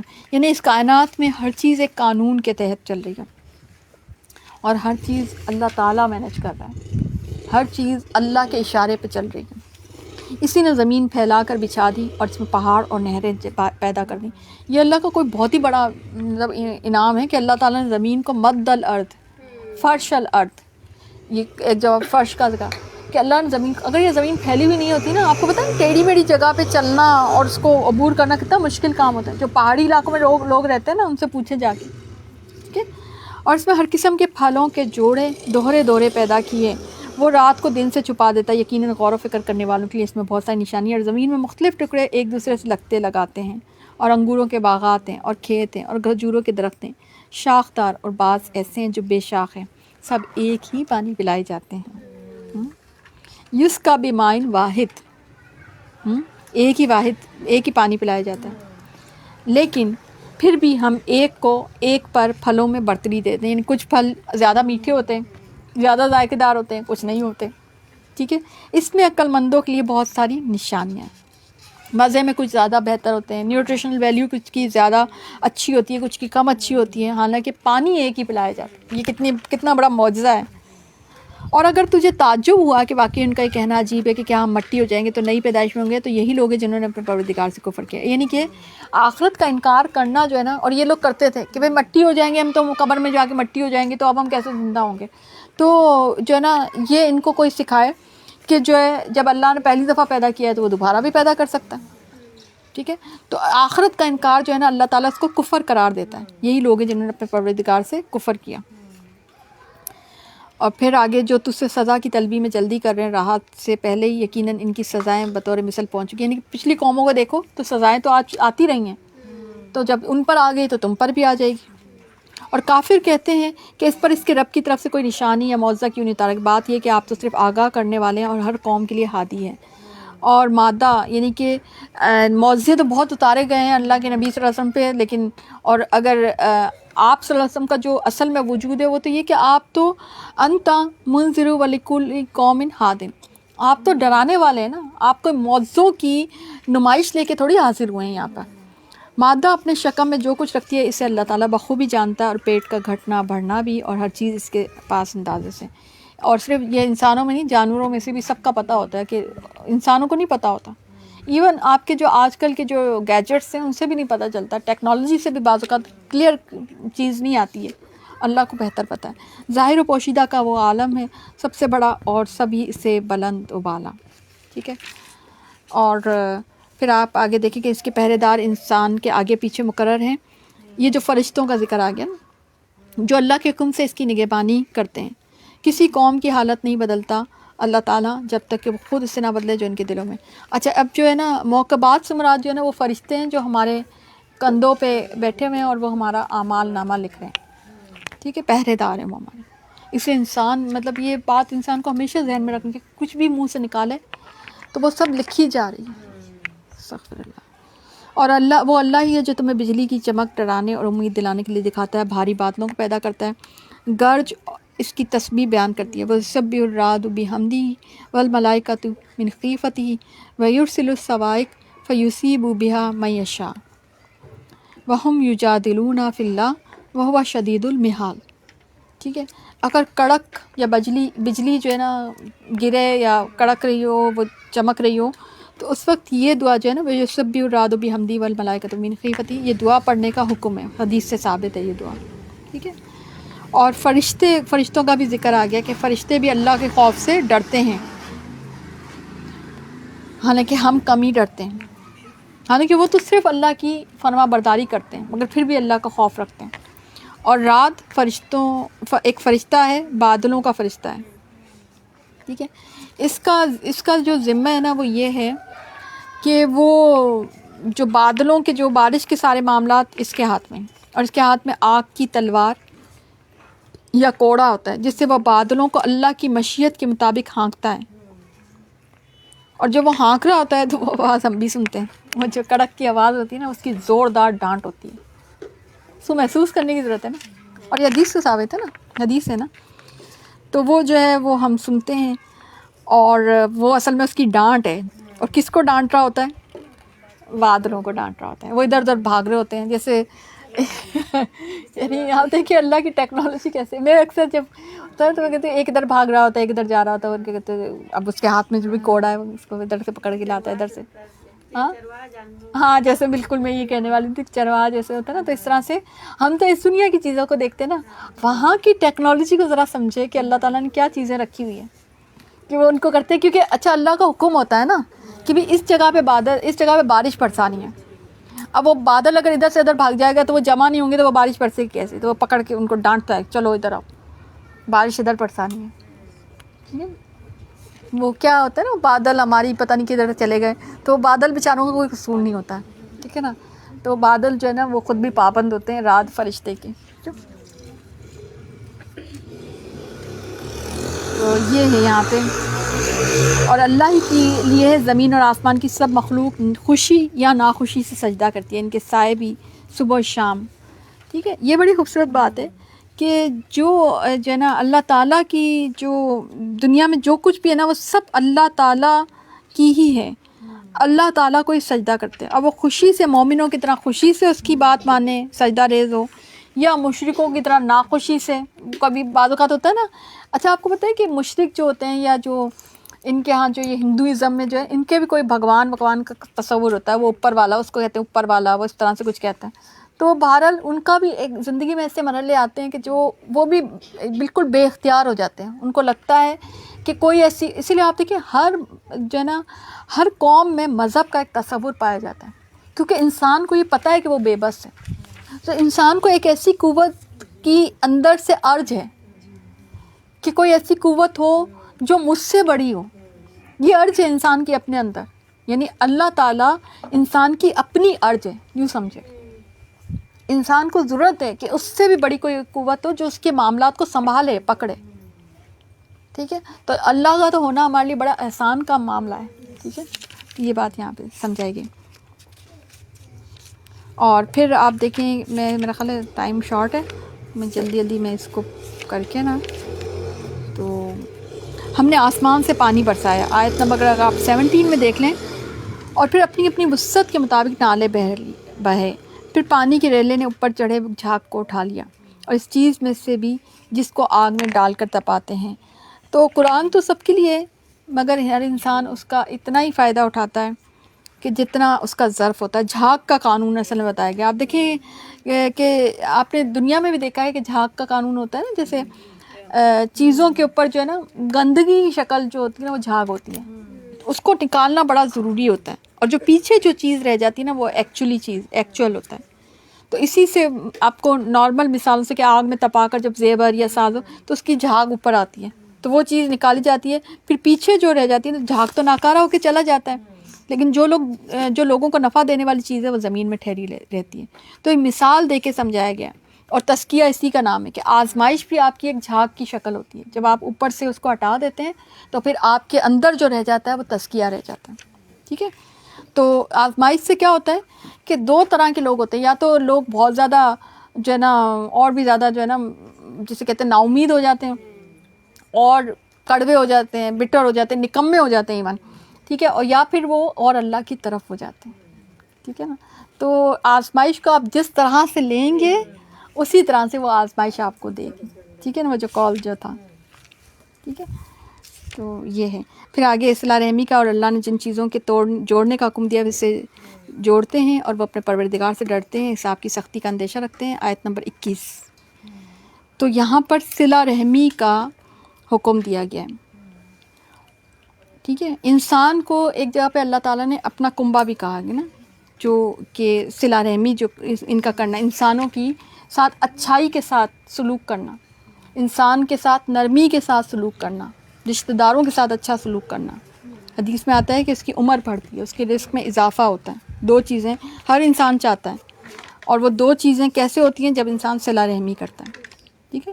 تو انسان کو صلہ رحمی کرتے رہنا چاہیے، چاہے مقابلے میں کوئی قطع رحمی کرے، اور وہ سب سے اچھی صلہ رحمی ہوتی ہے. ایک حدیث میں جیسے آتا ہے نا کہ نبی کریم صلی اللہ علیہ وسلم سے پوچھا گیا کہ میرا ایک قرابت دار ہے، وہ میرے ساتھ تو ہے نا مجھ سے توڑنا چاہتا ہے، وہ مجھ سے تو کیا میں اس سے نہ جوڑوں؟ تو اللہ کے نبی صلی اللہ علیہ وسلم نے کہا نہیں، یہی تو صلہ رحمی ہے کہ آپ اس سے جوڑیں، ٹھیک ہے.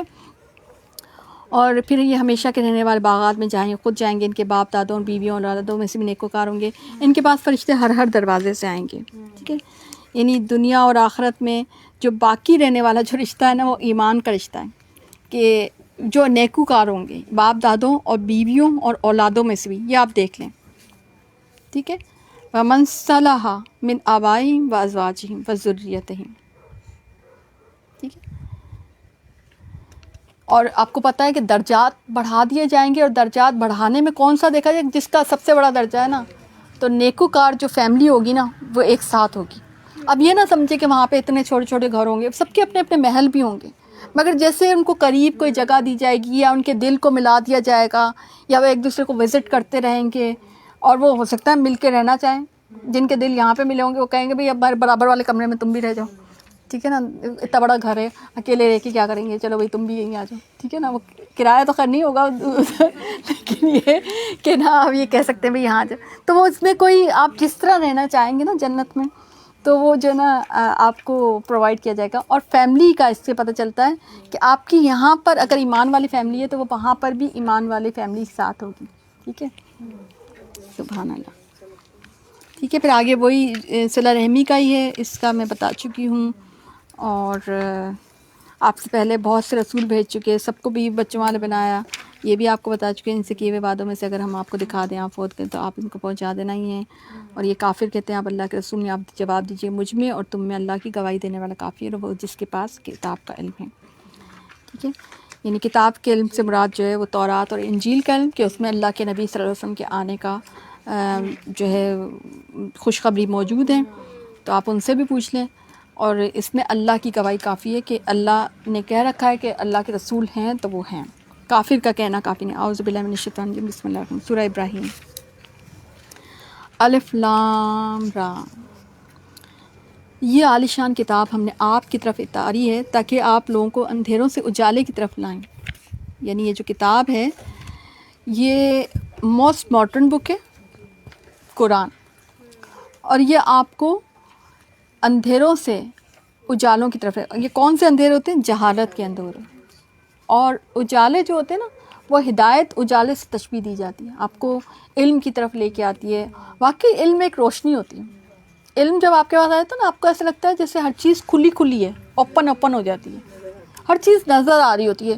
ایون آپ کوئی ڈیسیژن بھی لیتے ہیں نا تو اس کا آپ آخری حد تک یا اس کے راستے کو بھی آپ کچھ پہچان لیتے ہیں کہ بھئی ہم یہ ڈیسیژن لے رہے ہیں اور ہمیں اس کی اشارہ بھی نظر آ رہی ہے، ایون ہمیں تو اس کا اینڈ کنارہ بھی نظر آ رہا ہے. علم وہ روشنی ہے، ٹھیک ہے نا. اور جہالت سامنے کچھ پتہ نہیں ہو، جہالت کے ڈیسیژن یا جہالت کا آپ بالکل اندھیرے میں جیسے کوئی کام نہیں کرے، ہو جائے تو ہو جائے صحیح، نہیں تو نہیں ہو، ٹھیک ہے نا. جس اللہ کا ہے سب کچھ، جو کچھ ہے آسمانوں میں زمین میں، یعنی سب کچھ اللہ تعالیٰ. اللہ الذی لہ ما فی السماوات و ما فی الارض. تو کافروں کے لیے تو سخت عذاب کی خرابی ہے. یعنی سب کچھ تو ویسے بھی اللہ کا ہے، تو اے انسان تم بھی اللہ کے بن جاؤ، ٹھیک ہے نا. جو آخرت کے مقابلے میں دنیاوی زندگی کو پسند کرتے ہیں، اللہ کی راہ سے روکتے ہیں، اس میں ٹیڑھ پن پیدا کرنا چاہتے ہیں، یہی لوگ پرلے درجے کے گمراہی میں ہیں. ٹھیک ہے. یہ کن کا ہے کہ جو دنیا کی زندگی کو زیادہ جو ہے نا پسند کرتے ہیں، اپنی خواہشات چاہتے ہیں اور اسلام سے بدظن ہوتے ہیں اور اپنی خواہشات کے مطابق زندگی گزارنا چاہتے ہیں. تو اللہ تعالیٰ ان کو کیا کہہ رہے ہیں؟ اولئک فی ضلال بعید. ہم نے ہر نبی کو اس کی قومی زبان میں بھیجا تاکہ اس کے سامنے وضاحت سے بیان کر دے. اب اللہ جسے چاہے گمراہ کرے اور جسے چاہے راہ دکھائے.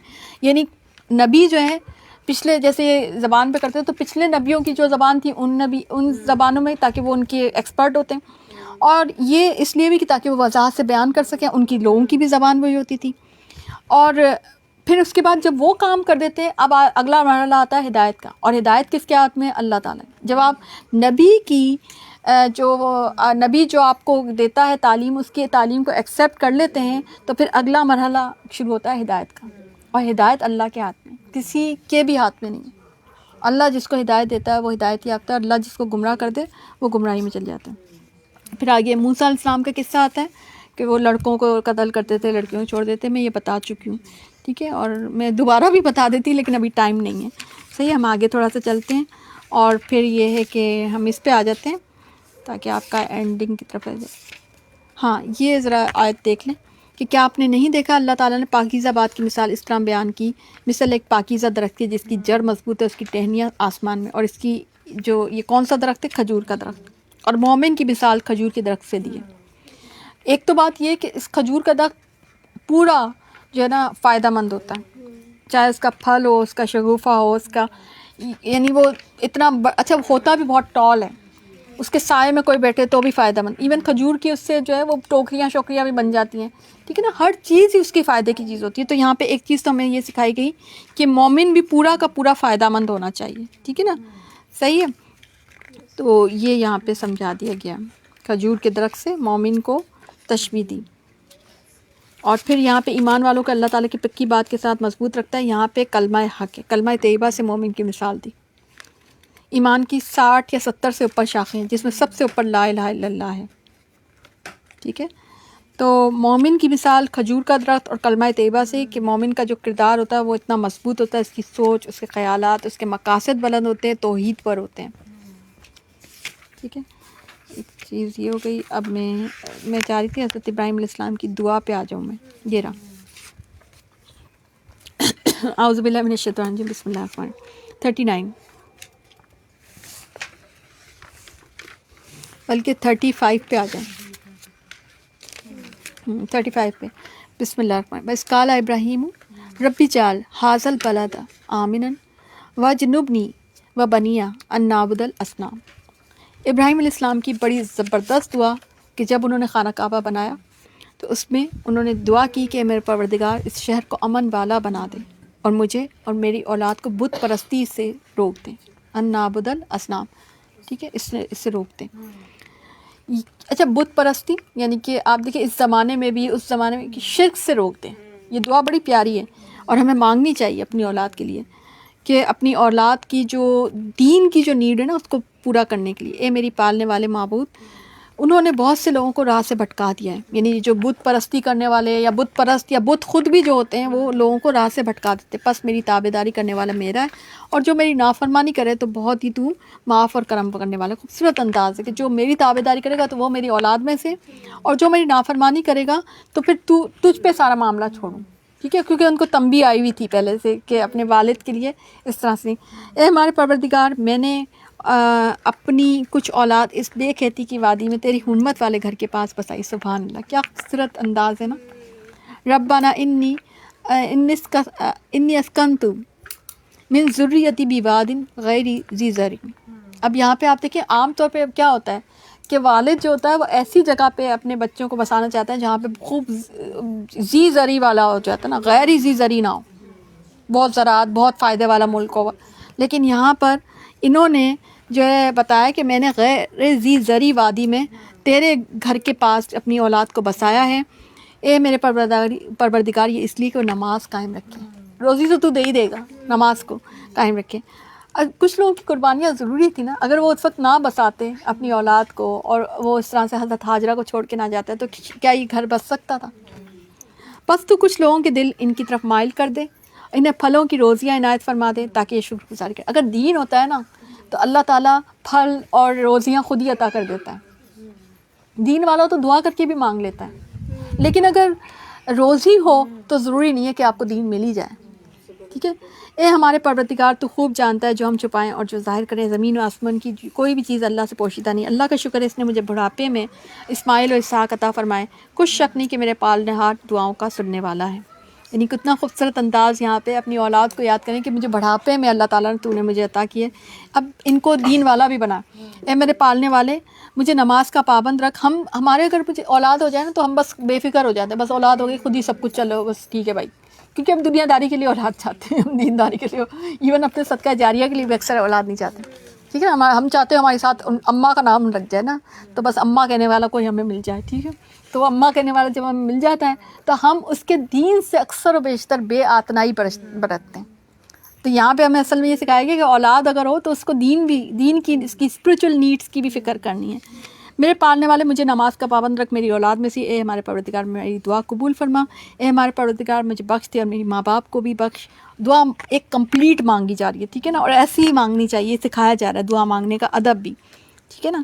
اور آپ دیکھیں نماز کا سب سے زیادہ ہے, نماز فلٹر ہے نا عقیدے کے بعد عبادات میں. جو قیامت کے دن بندے کا جو حساب ہوگا نا سب سے پہلے نماز کا ہوگا. اگر یہ درست ہے تو اس کی آگے ہی خلاصی ہو جائے گی, اور یہ درست نہیں تو پھر آگے بڑی تباہی ہے. اور اس میں بھی آپ کو پتہ ہے سنت اور نوافل کا معاملہ کیا ہے کہ پھر اللہ تعالیٰ کہے گا سنت اور نوافل دیکھ لیں اگر فرض میں کوتاہی ہوئی. ٹھیک ہے, اور اگر پتہ چلے سنت اور نوافل میں بھی کوتاہی ہے وہاں بھی, تو پھر کیا حال ہوگا ہمارا. ٹھیک ہے نا. تو یہ انسان نماز کو دیکھے کہ نماز کتنی امپورٹنٹ, بار بار نماز کا ذکر, اور دیگر مومنوں کو بھی بخش دے جس دن حساب ہونے لگے. ٹھیک ہے. تو یہ وہ دعا ہے جو کہ یہ لوگ پڑھ رہے تھے, جو یہ لوگ انہوں نے کی, اور حضرت ابراہیم علیہ السلام نے, اور ہمارے لیے بھی اس میں بہت کچھ ہے سیکھنے کو. اور پھر یہ کہ یہ اپنی چالیں چل رہے ہیں. اللہ تعالیٰ کو ان کی تمام چالوں کا علم ہے. ان کی چالیں ایسی نہ تھی کہ ان سے پہاڑ اپنی جگہ سے ٹل جائیں. آپ ہرگز یہ خیال نہ کریں کہ اللہ تعالیٰ اپنے نبیوں سے وعدہ خلافی کرے گا. اللہ بڑا ہی غالب اور بدلے والا. جس دن زمین اس زمین کے سوا اور ہی بدل جائے گی, اس زمین پہ نہیں ہوگی, اس کا مطلب ہے قیامت. زمین تو اللہ کے ہاتھوں میں ہوگی. اللہ تعالیٰ گول گیند کی طرح اس زمین کو اپنے ہاتھوں میں ہوتا ہے. جو لوگ آج کل کہتے ہیں نا, یہ بڑا آج کل فتنہ چل رہا ہے جی, اسی زمین پہ جو ہے نا قیامت قائم ہو جائے گی, اس زمین پہ جو ہے نا وہ ہو جائے گی, یہ اسی زمین کو کہ جنت, اس طرح کے الٹے پلٹے پتہ نہیں لوگ کہاں سے لے کے آتے ہیں. جی آپ قرآن کو پورا پڑھیں, جنت اور دوزخ کہیں قائم ہے. اللہ تعالیٰ معراج کے موقع پہ نبی کریم صلی اللہ علیہ وسلم کو اس زمین سے اٹھا کر کہیں اور لے کے گئے تھے, اور وہاں پہ جنت اور دوزخ دکھائی تھی. ٹھیک ہے. اور اس کا حدیث میں باقاعدہ طور پہ آئے گا کہ زمین کو اللہ تعالیٰ ایک ہاتھ میں جو ہے یہ جو کیا کہتے ہیں آسمان کو لپیٹ لے گا, اور ایک ہاتھ میں زمین کو اس طرح سے اچھالے گا. کہاں ہے آج بادشاہت کے مالک, کہاں ہے آج جو دنیا کے بادشاہ, اللہ تعالیٰ اس دن کہے گا. ٹھیک ہے. تو اس دن یہ زمین تو کچھ اور ہوگی. ٹھیک ہے نا. آپ اس دن گناہ گاروں کو دیکھیں گے کہ زنجیروں میں ملے جلے ایک جگہ جکڑے ہوئے ہوں گے. ان کے لباس گندک کے ہوں گے, اور آگ ان کے چہروں پہ چڑھی بھی ہوگی. اس لیے کہ اللہ تعالیٰ ہر شخص کو اس کے کیے کا بدلہ کا اعمال کا بدلہ دے دے گا. بے شک اللہ تعالیٰ کو حساب لیتے کچھ دیر نہیں لگتی. یہ قرآن تمام لوگوں کے لیے اطلاع نامہ ہے. اس کے ذریعے سے وہ ہوشیار ہو جائے, پیپر آؤٹ ہوا ہوا اس قرآن کے ذریعے سے. بخوبی معلوم کر لیں اللہ ہی ایک معبود ہے, تاکہ عقل مند لوگ سوچ سمجھ لیں. اعوذ باللہ من الشیطان الرجیم. بسم اللہ الرحمن الرحیم. سورۃ الحجر. الف لام را تلک آیات الکتاب و قرآن مبین. یہ اللہ کی کتاب ہے کھلی اور روشن قرآن.